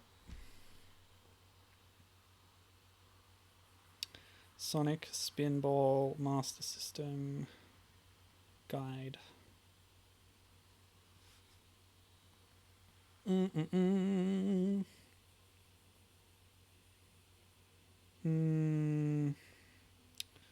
Nope, that's for the Mega Drive. Game Gear, I guess. The Game Gear is the same game as the Master System one, just smaller screen. Blah, blah, blah, blah, blah. I haven't got any emeralds yet, by the way. The controls on this are a lot more awkward than on the Mega Drive version, that's for sure.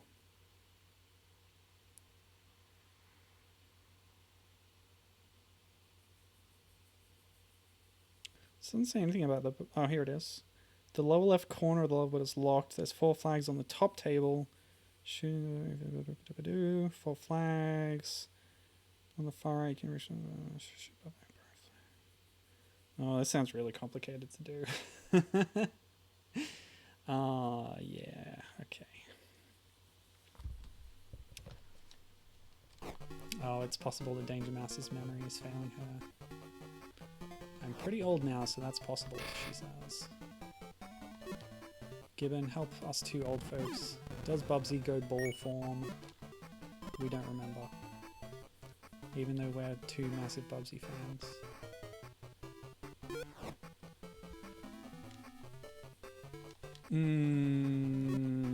This is not really going anywhere, is it?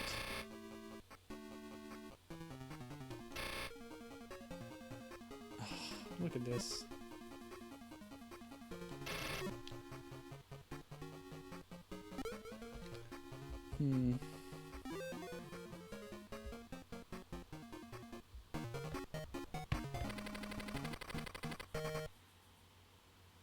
Just checking the cutting room floor article about Spinball. No, it doesn't mention it.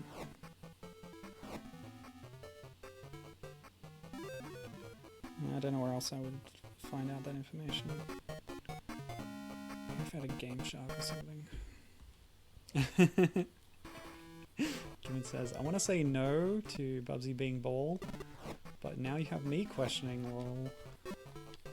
Questioning myself.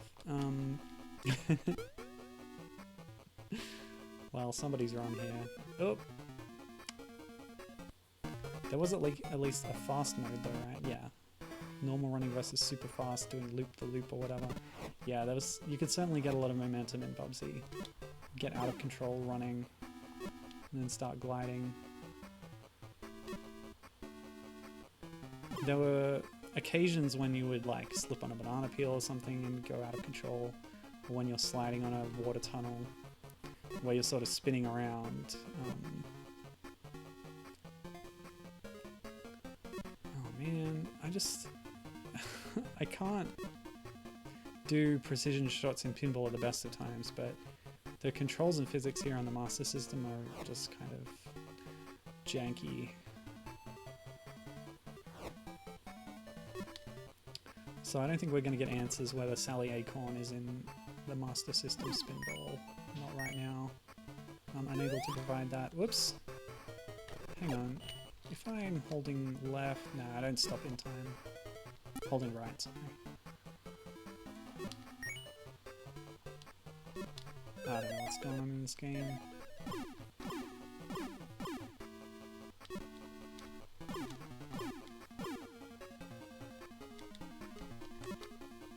Oh, okay.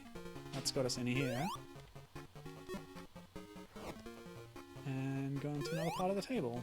Lovely.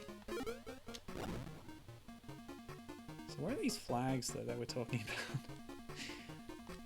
It says when you first enter the screen, you should see... Oh, what? Whoa, okay. We're gonna get an emerald? Ah, there we go. You have 1 emerald! Double exclamation mark. You need 2 more. Thanks for the info. Alright. at these flags.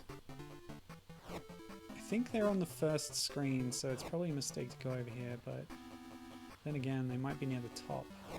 It said something about going to the top table. The spinning was different though, I thought. I want to look it up, but all my screens are being used in my place at the moment because the children are here.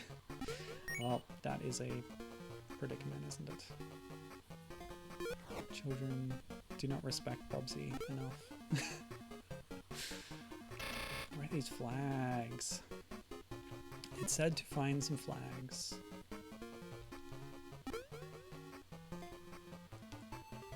Oh, and by the way, there's no tilt in Sonic Spinball because you do actually have air control, which again is something that I use too rarely, but I can move Sonic back and forth in the air, which I think really is the key to this game. I haven't been doing it at all so far in this little playthrough, but it's how you really get some of these tricky targets.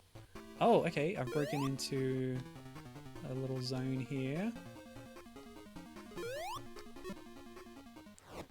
Oh, where's that taking me? I just don't know what the flags are that it's talking about. Woo, emerald. Also, Mario Kart Live is happening, so I can't walk around without tripping over a car. It's lots of fun, keeps me on my toes, says Danger Mouse. Oh gosh. Yeah, so was that a successful present? Like, do the kids like it? Seems like a very interesting idea to me, very strange. And it feels like you would need a large living space to play it in that you're also not going to use for walking around, as you say, because otherwise you can't go anywhere while it's happening. You need to collect all the emeralds. Okay, I kind of figured that. Oh, so I can't go in there until I have the emeralds. Well, boo to you. Okay, what if I try this? Oops.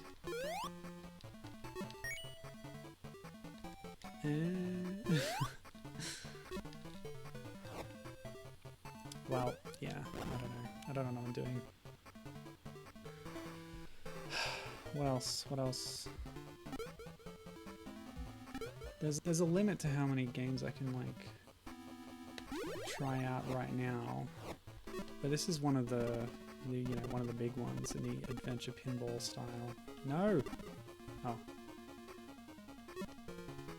I wish I knew where the flags were.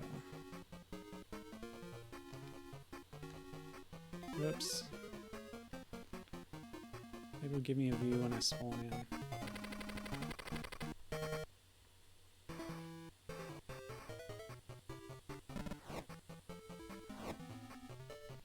I don't know, maybe I was talking about the Mega Drive one. I'm so lost with this game. Maybe the flags don't look like flags, maybe they're a different shape. That's what it has to be, I guess. As for Mario Kart Live, no, it's fun. No, you don't need a large living space. Under the couch is part of the track. It goes through a tunnel. It's so much fun. I love it. That sounds cute. Oh no, the slime waterfall. Alright, what I'm going to play now, because I feel like I'm getting nowhere with that, and it's just kind of getting more frustrating. Very cute though. I really do like the game as a concept. So I'm going to try out Revenge of the Gator to see where Kirby's Pinball Land came from. Oh, I don't have it here. I thought I did.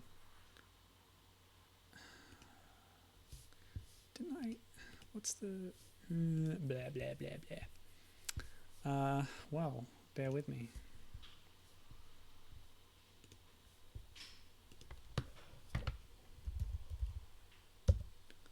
What else could I try? You know what? Let's not do Revenge of the Gator. Let's do Time Cruise on the PC Engine. Time Cruise. Oh, it's not here.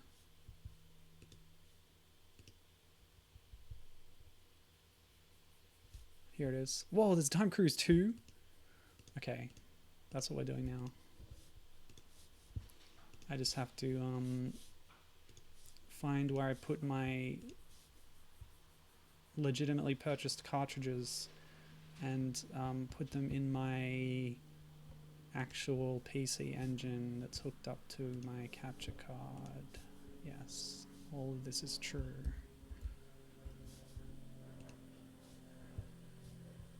Blah blah blah. Yes. So just chuck these in here.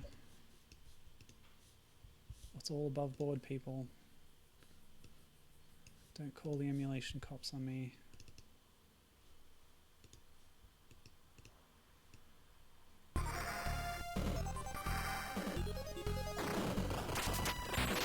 Time Cruise.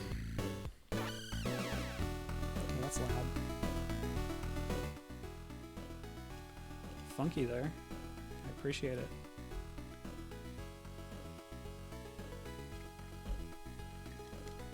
Faceco Limited.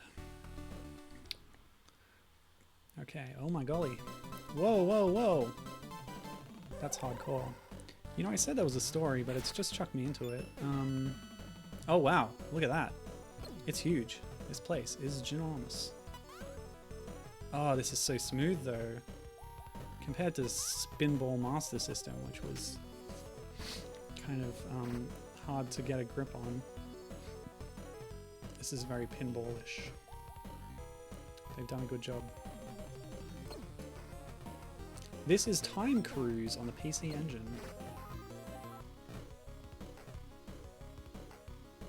Or TurboGrafx 16. Very cute. But yeah, as far as the aesthetics of it go, it's quite pinball-esque. The adventure element is this large sprawling board and the theming, I suppose. But a lot of games have theming. Oop. Yeah, so I don't know how to progress, or if there's more to it. I said before that it had a story, but maybe it's all in the manual. Gibbon says, they just don't make pinball games like this anymore. Yeah, I think a lot of the pinball market in video games these days is dominated by those, well, they're more or less simulators, and they do one of two things, is replicating real pinball machines that exist in video form, or making new ones, in which case they can have more fantastical elements that wouldn't be possible in a real machine. But either way, they do seem very straightforward in that they're in the, you know, the structure that they're going for is very much like real pinball tables.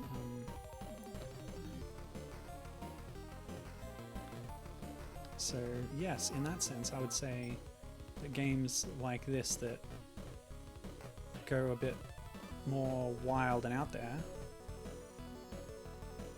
in how they're structured are not being made as much anymore.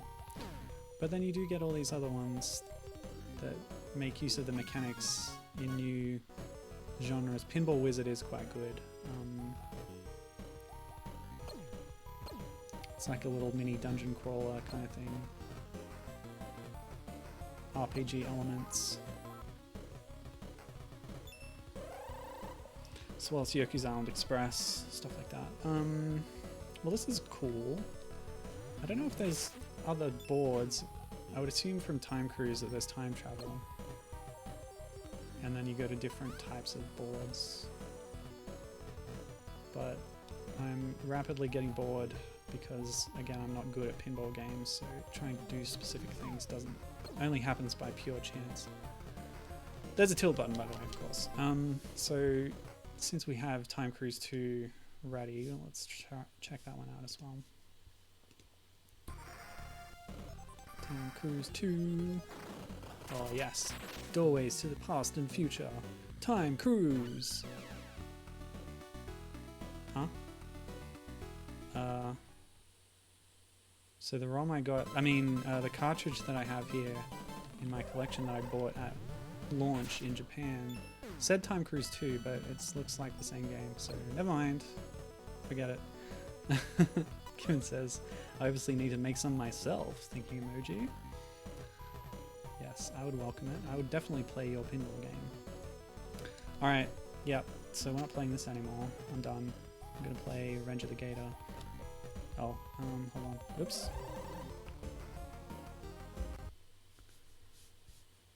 Which I don't have, apparently.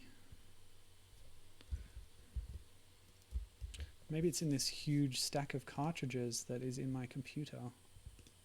You know, the files are in the computer.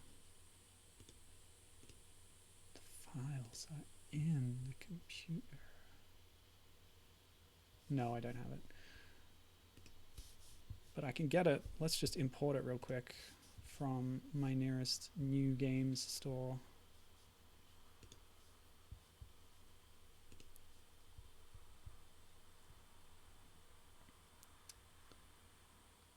What?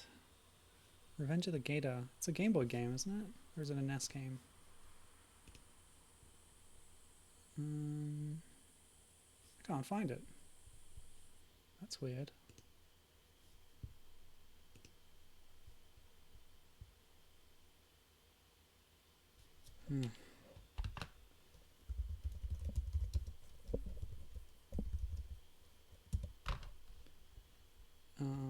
Yeah, okay.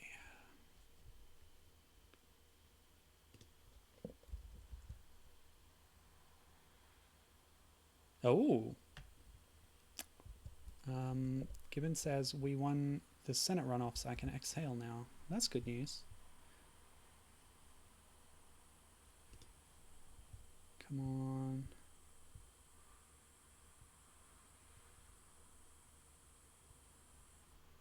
What? I don't get it. I can't find this game anywhere.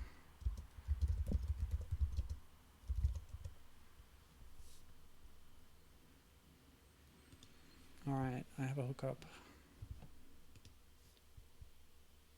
Oh, is it called Pinball Revenge of the Gator? That must be it. That's the problem.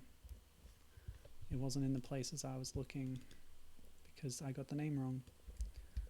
Okay, so I just drop that in here. Okay, Gator time. Whoops. Gator time, I said. Cute music. Oh, cute Gator. Hello. Oh, adorable.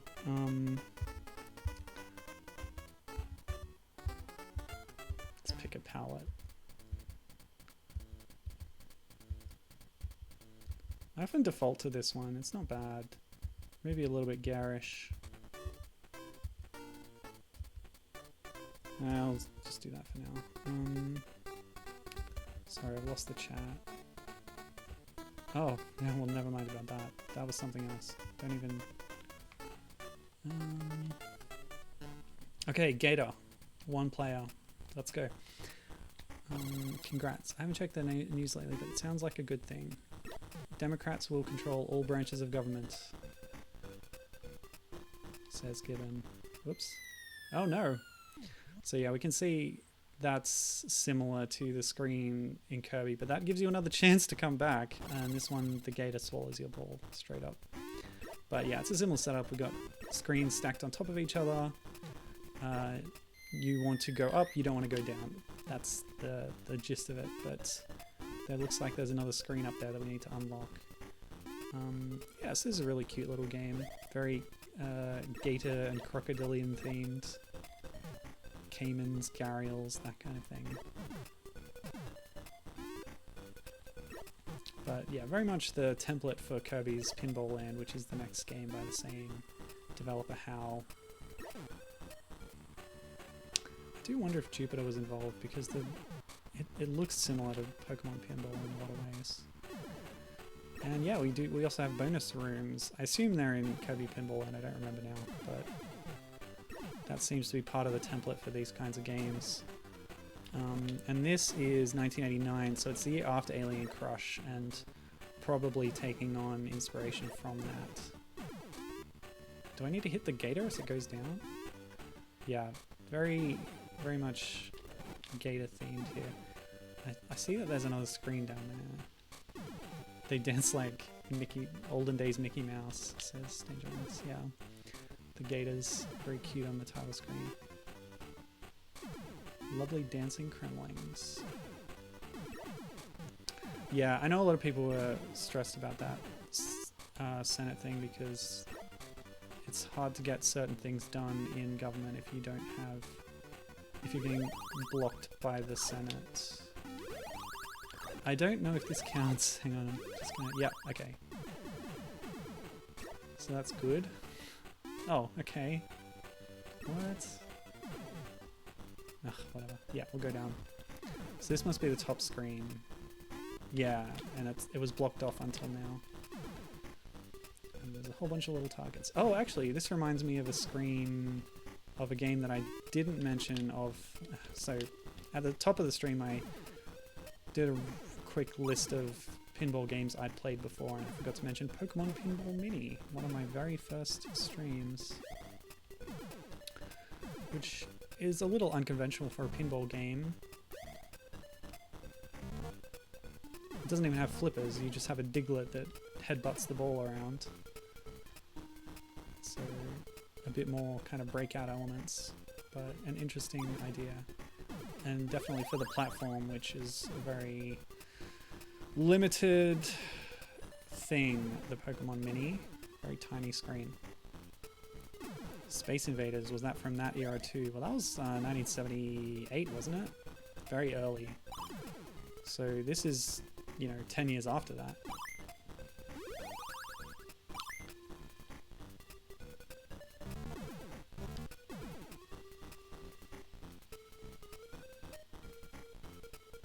Oh, that reminds me.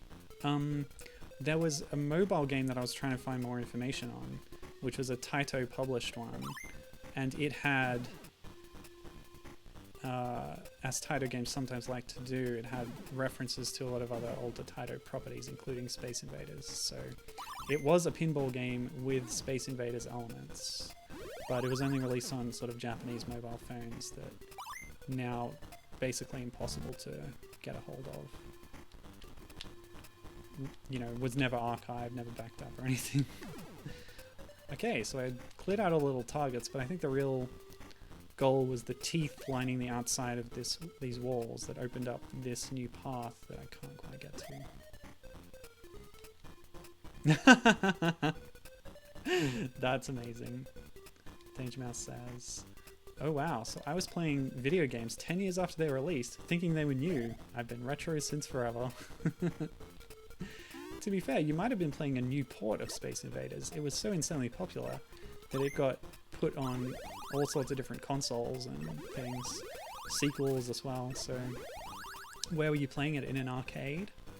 Even there would have been updates and sequels and things to it, as well as clones. Many clones. Whoops. Oops. I just don't want to give up this screen too quickly. It's cute, like everything in this game. This is really cool. It feels like it's even more in depth than Kirby. Although there's more going on, but I don't know if that's true. Okay, I want to try and finish this screen, and then maybe what's the time?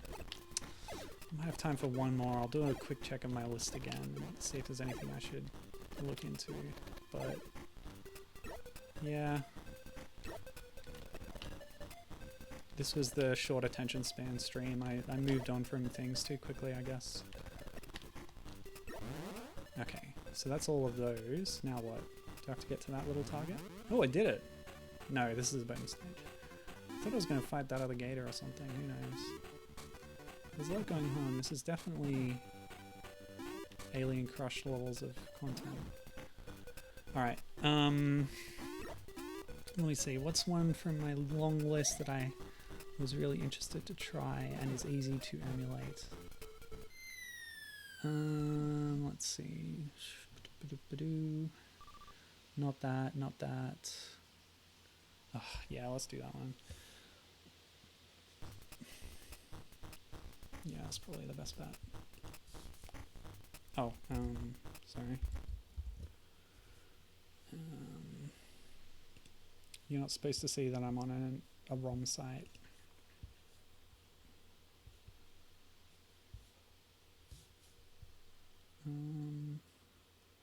Yeah, just ignore that. Yeah, okay.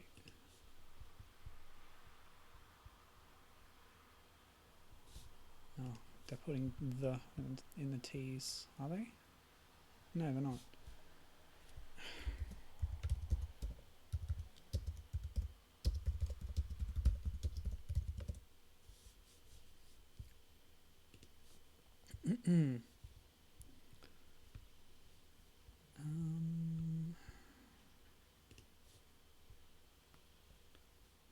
Okay.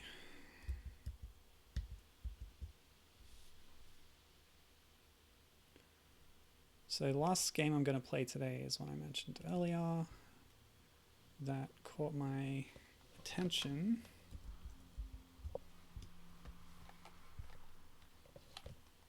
And oops. Wow, oh, that's big.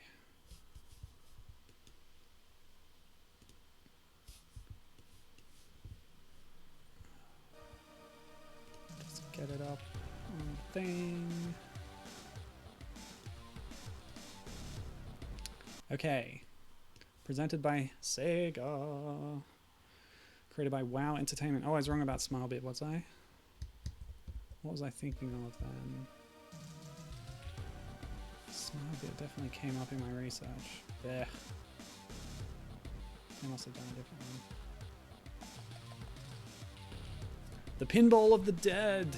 The typing of the dead is one of the most weird and interesting concepts.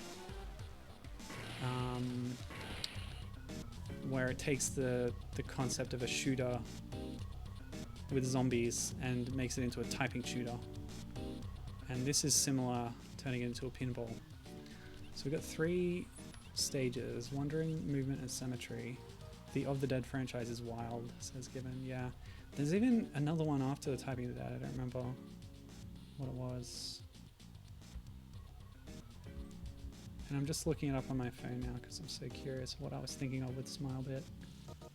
Smilebit, they're now doing like, they've been reformed into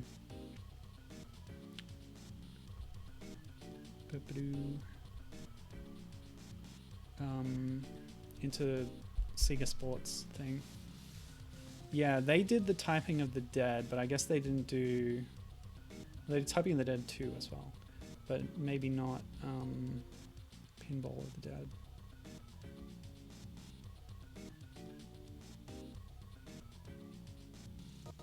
Yeah, okay. So that's where I went wrong with that, I think. But let's get into it. Yes, let's go. Gibbon's doing a bit of shopping on his own. Demon's Crush and Dragon's Revenge, complete in box, were both $20 on eBay, so looks like Gibbon has some new purchases. Oh, gruesome. Green blood, love to see it. So, do you have a PC engine or a TurboGrafx 16, Gibbon? That would open you up to Alien Crush. Importing Jaki Crush might be too expensive though. So yeah, here we can see lots of roaming zombies around, some explosions of viscera, but also metal ramps and things like you would see in a real pinball game. So it's another one of these hybrid kind of things. They're taking on the aesthetics of a pinball machine but augmenting it as only a video game can do. So it's pretty cool stuff. Very much in the Metroid Prime Pinball mode, which is something that obviously came later. Given his upset, he does not have a PC engine. Boom, missed, I think. Yeah.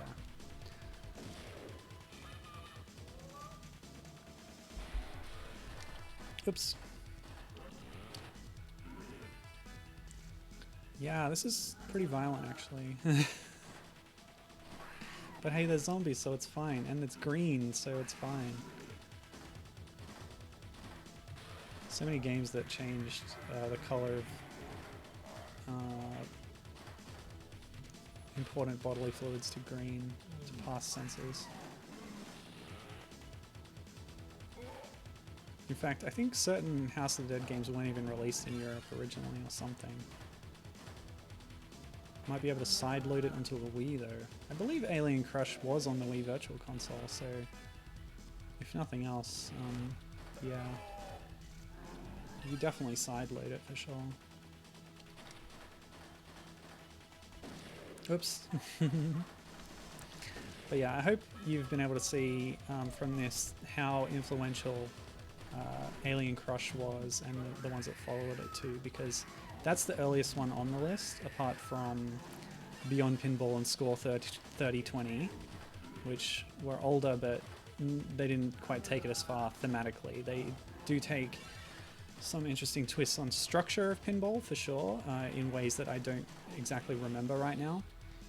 But I don't think they were also influential because they didn't have the reach that Alien Crush and Demon's Crush did. But you can see how many developers have seen that concept and then gone and tried to do similar things themselves.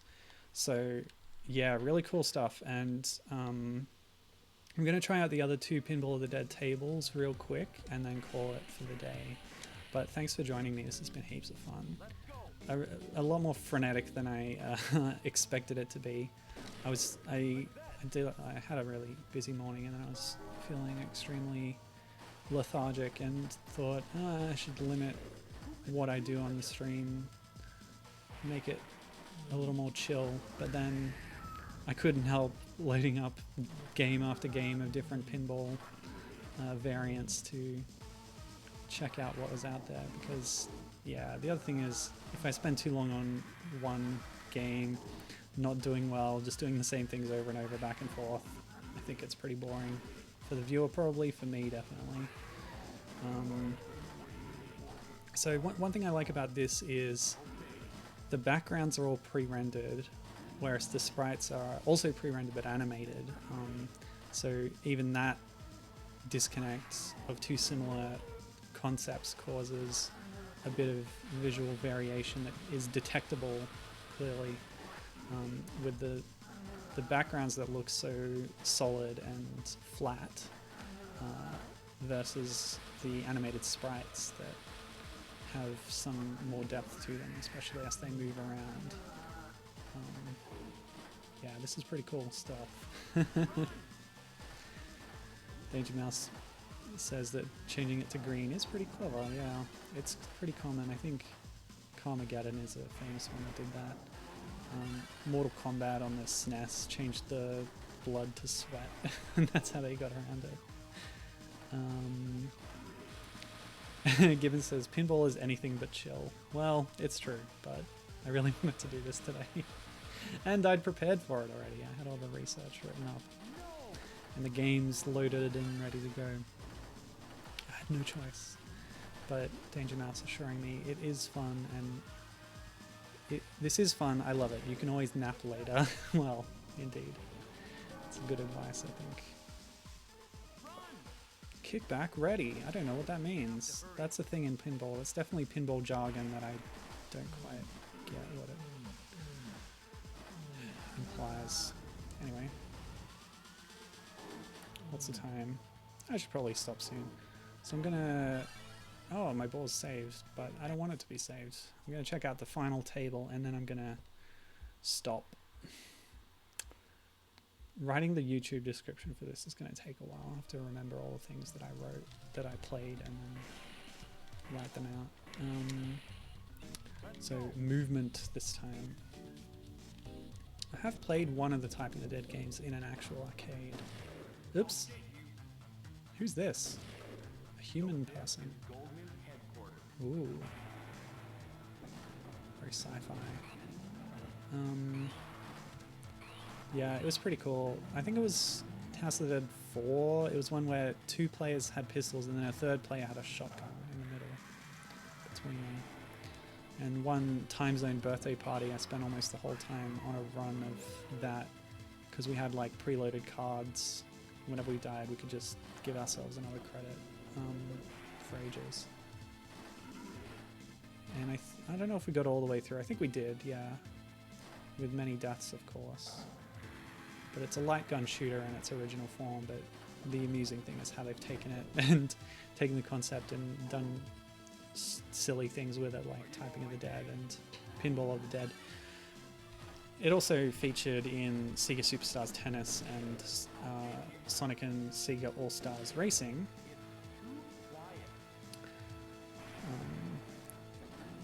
Where for the PAL release they can't say House of the Dead because they couldn't get that name, and instead it's called Curian Mansion because like it wasn't released originally and then they didn't have a name, and so when they put it in this game they gave it a different name. I don't know. I'm not sure of the details. It's confusing. Ooh. I don't know what's going on here. But that thing is growing in a disturbing way. Oh, it's a fetus. Okay. Great. Is the kickback the thing that you hold, you pull it down to make the game start in a physical old-fashioned pinball thing? Maybe. I don't know. Could be. Maybe it's the thing where if it goes down the side lane, it gets pushed back out or something. I don't know. Boom. Take that. I don't know who you are, but take it.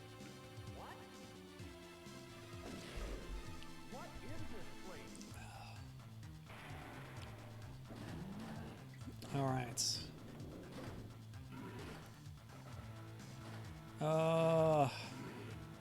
All my life force just left my body. I think I've become a zombie. So I'm going to stop the stream now. Thanks for joining me. It was pretty dumb and crazy. Little structure, little competence on display, but I played some cool looking games, so I hope you enjoyed that. And yeah, go check out Moby Games' list of the pinball genre and scroll through all 450 installments. That's my recommendation.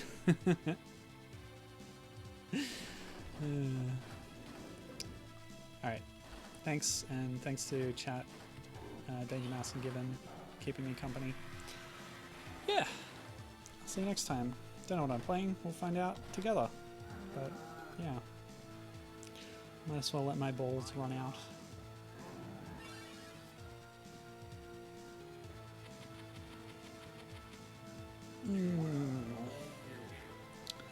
That's the end.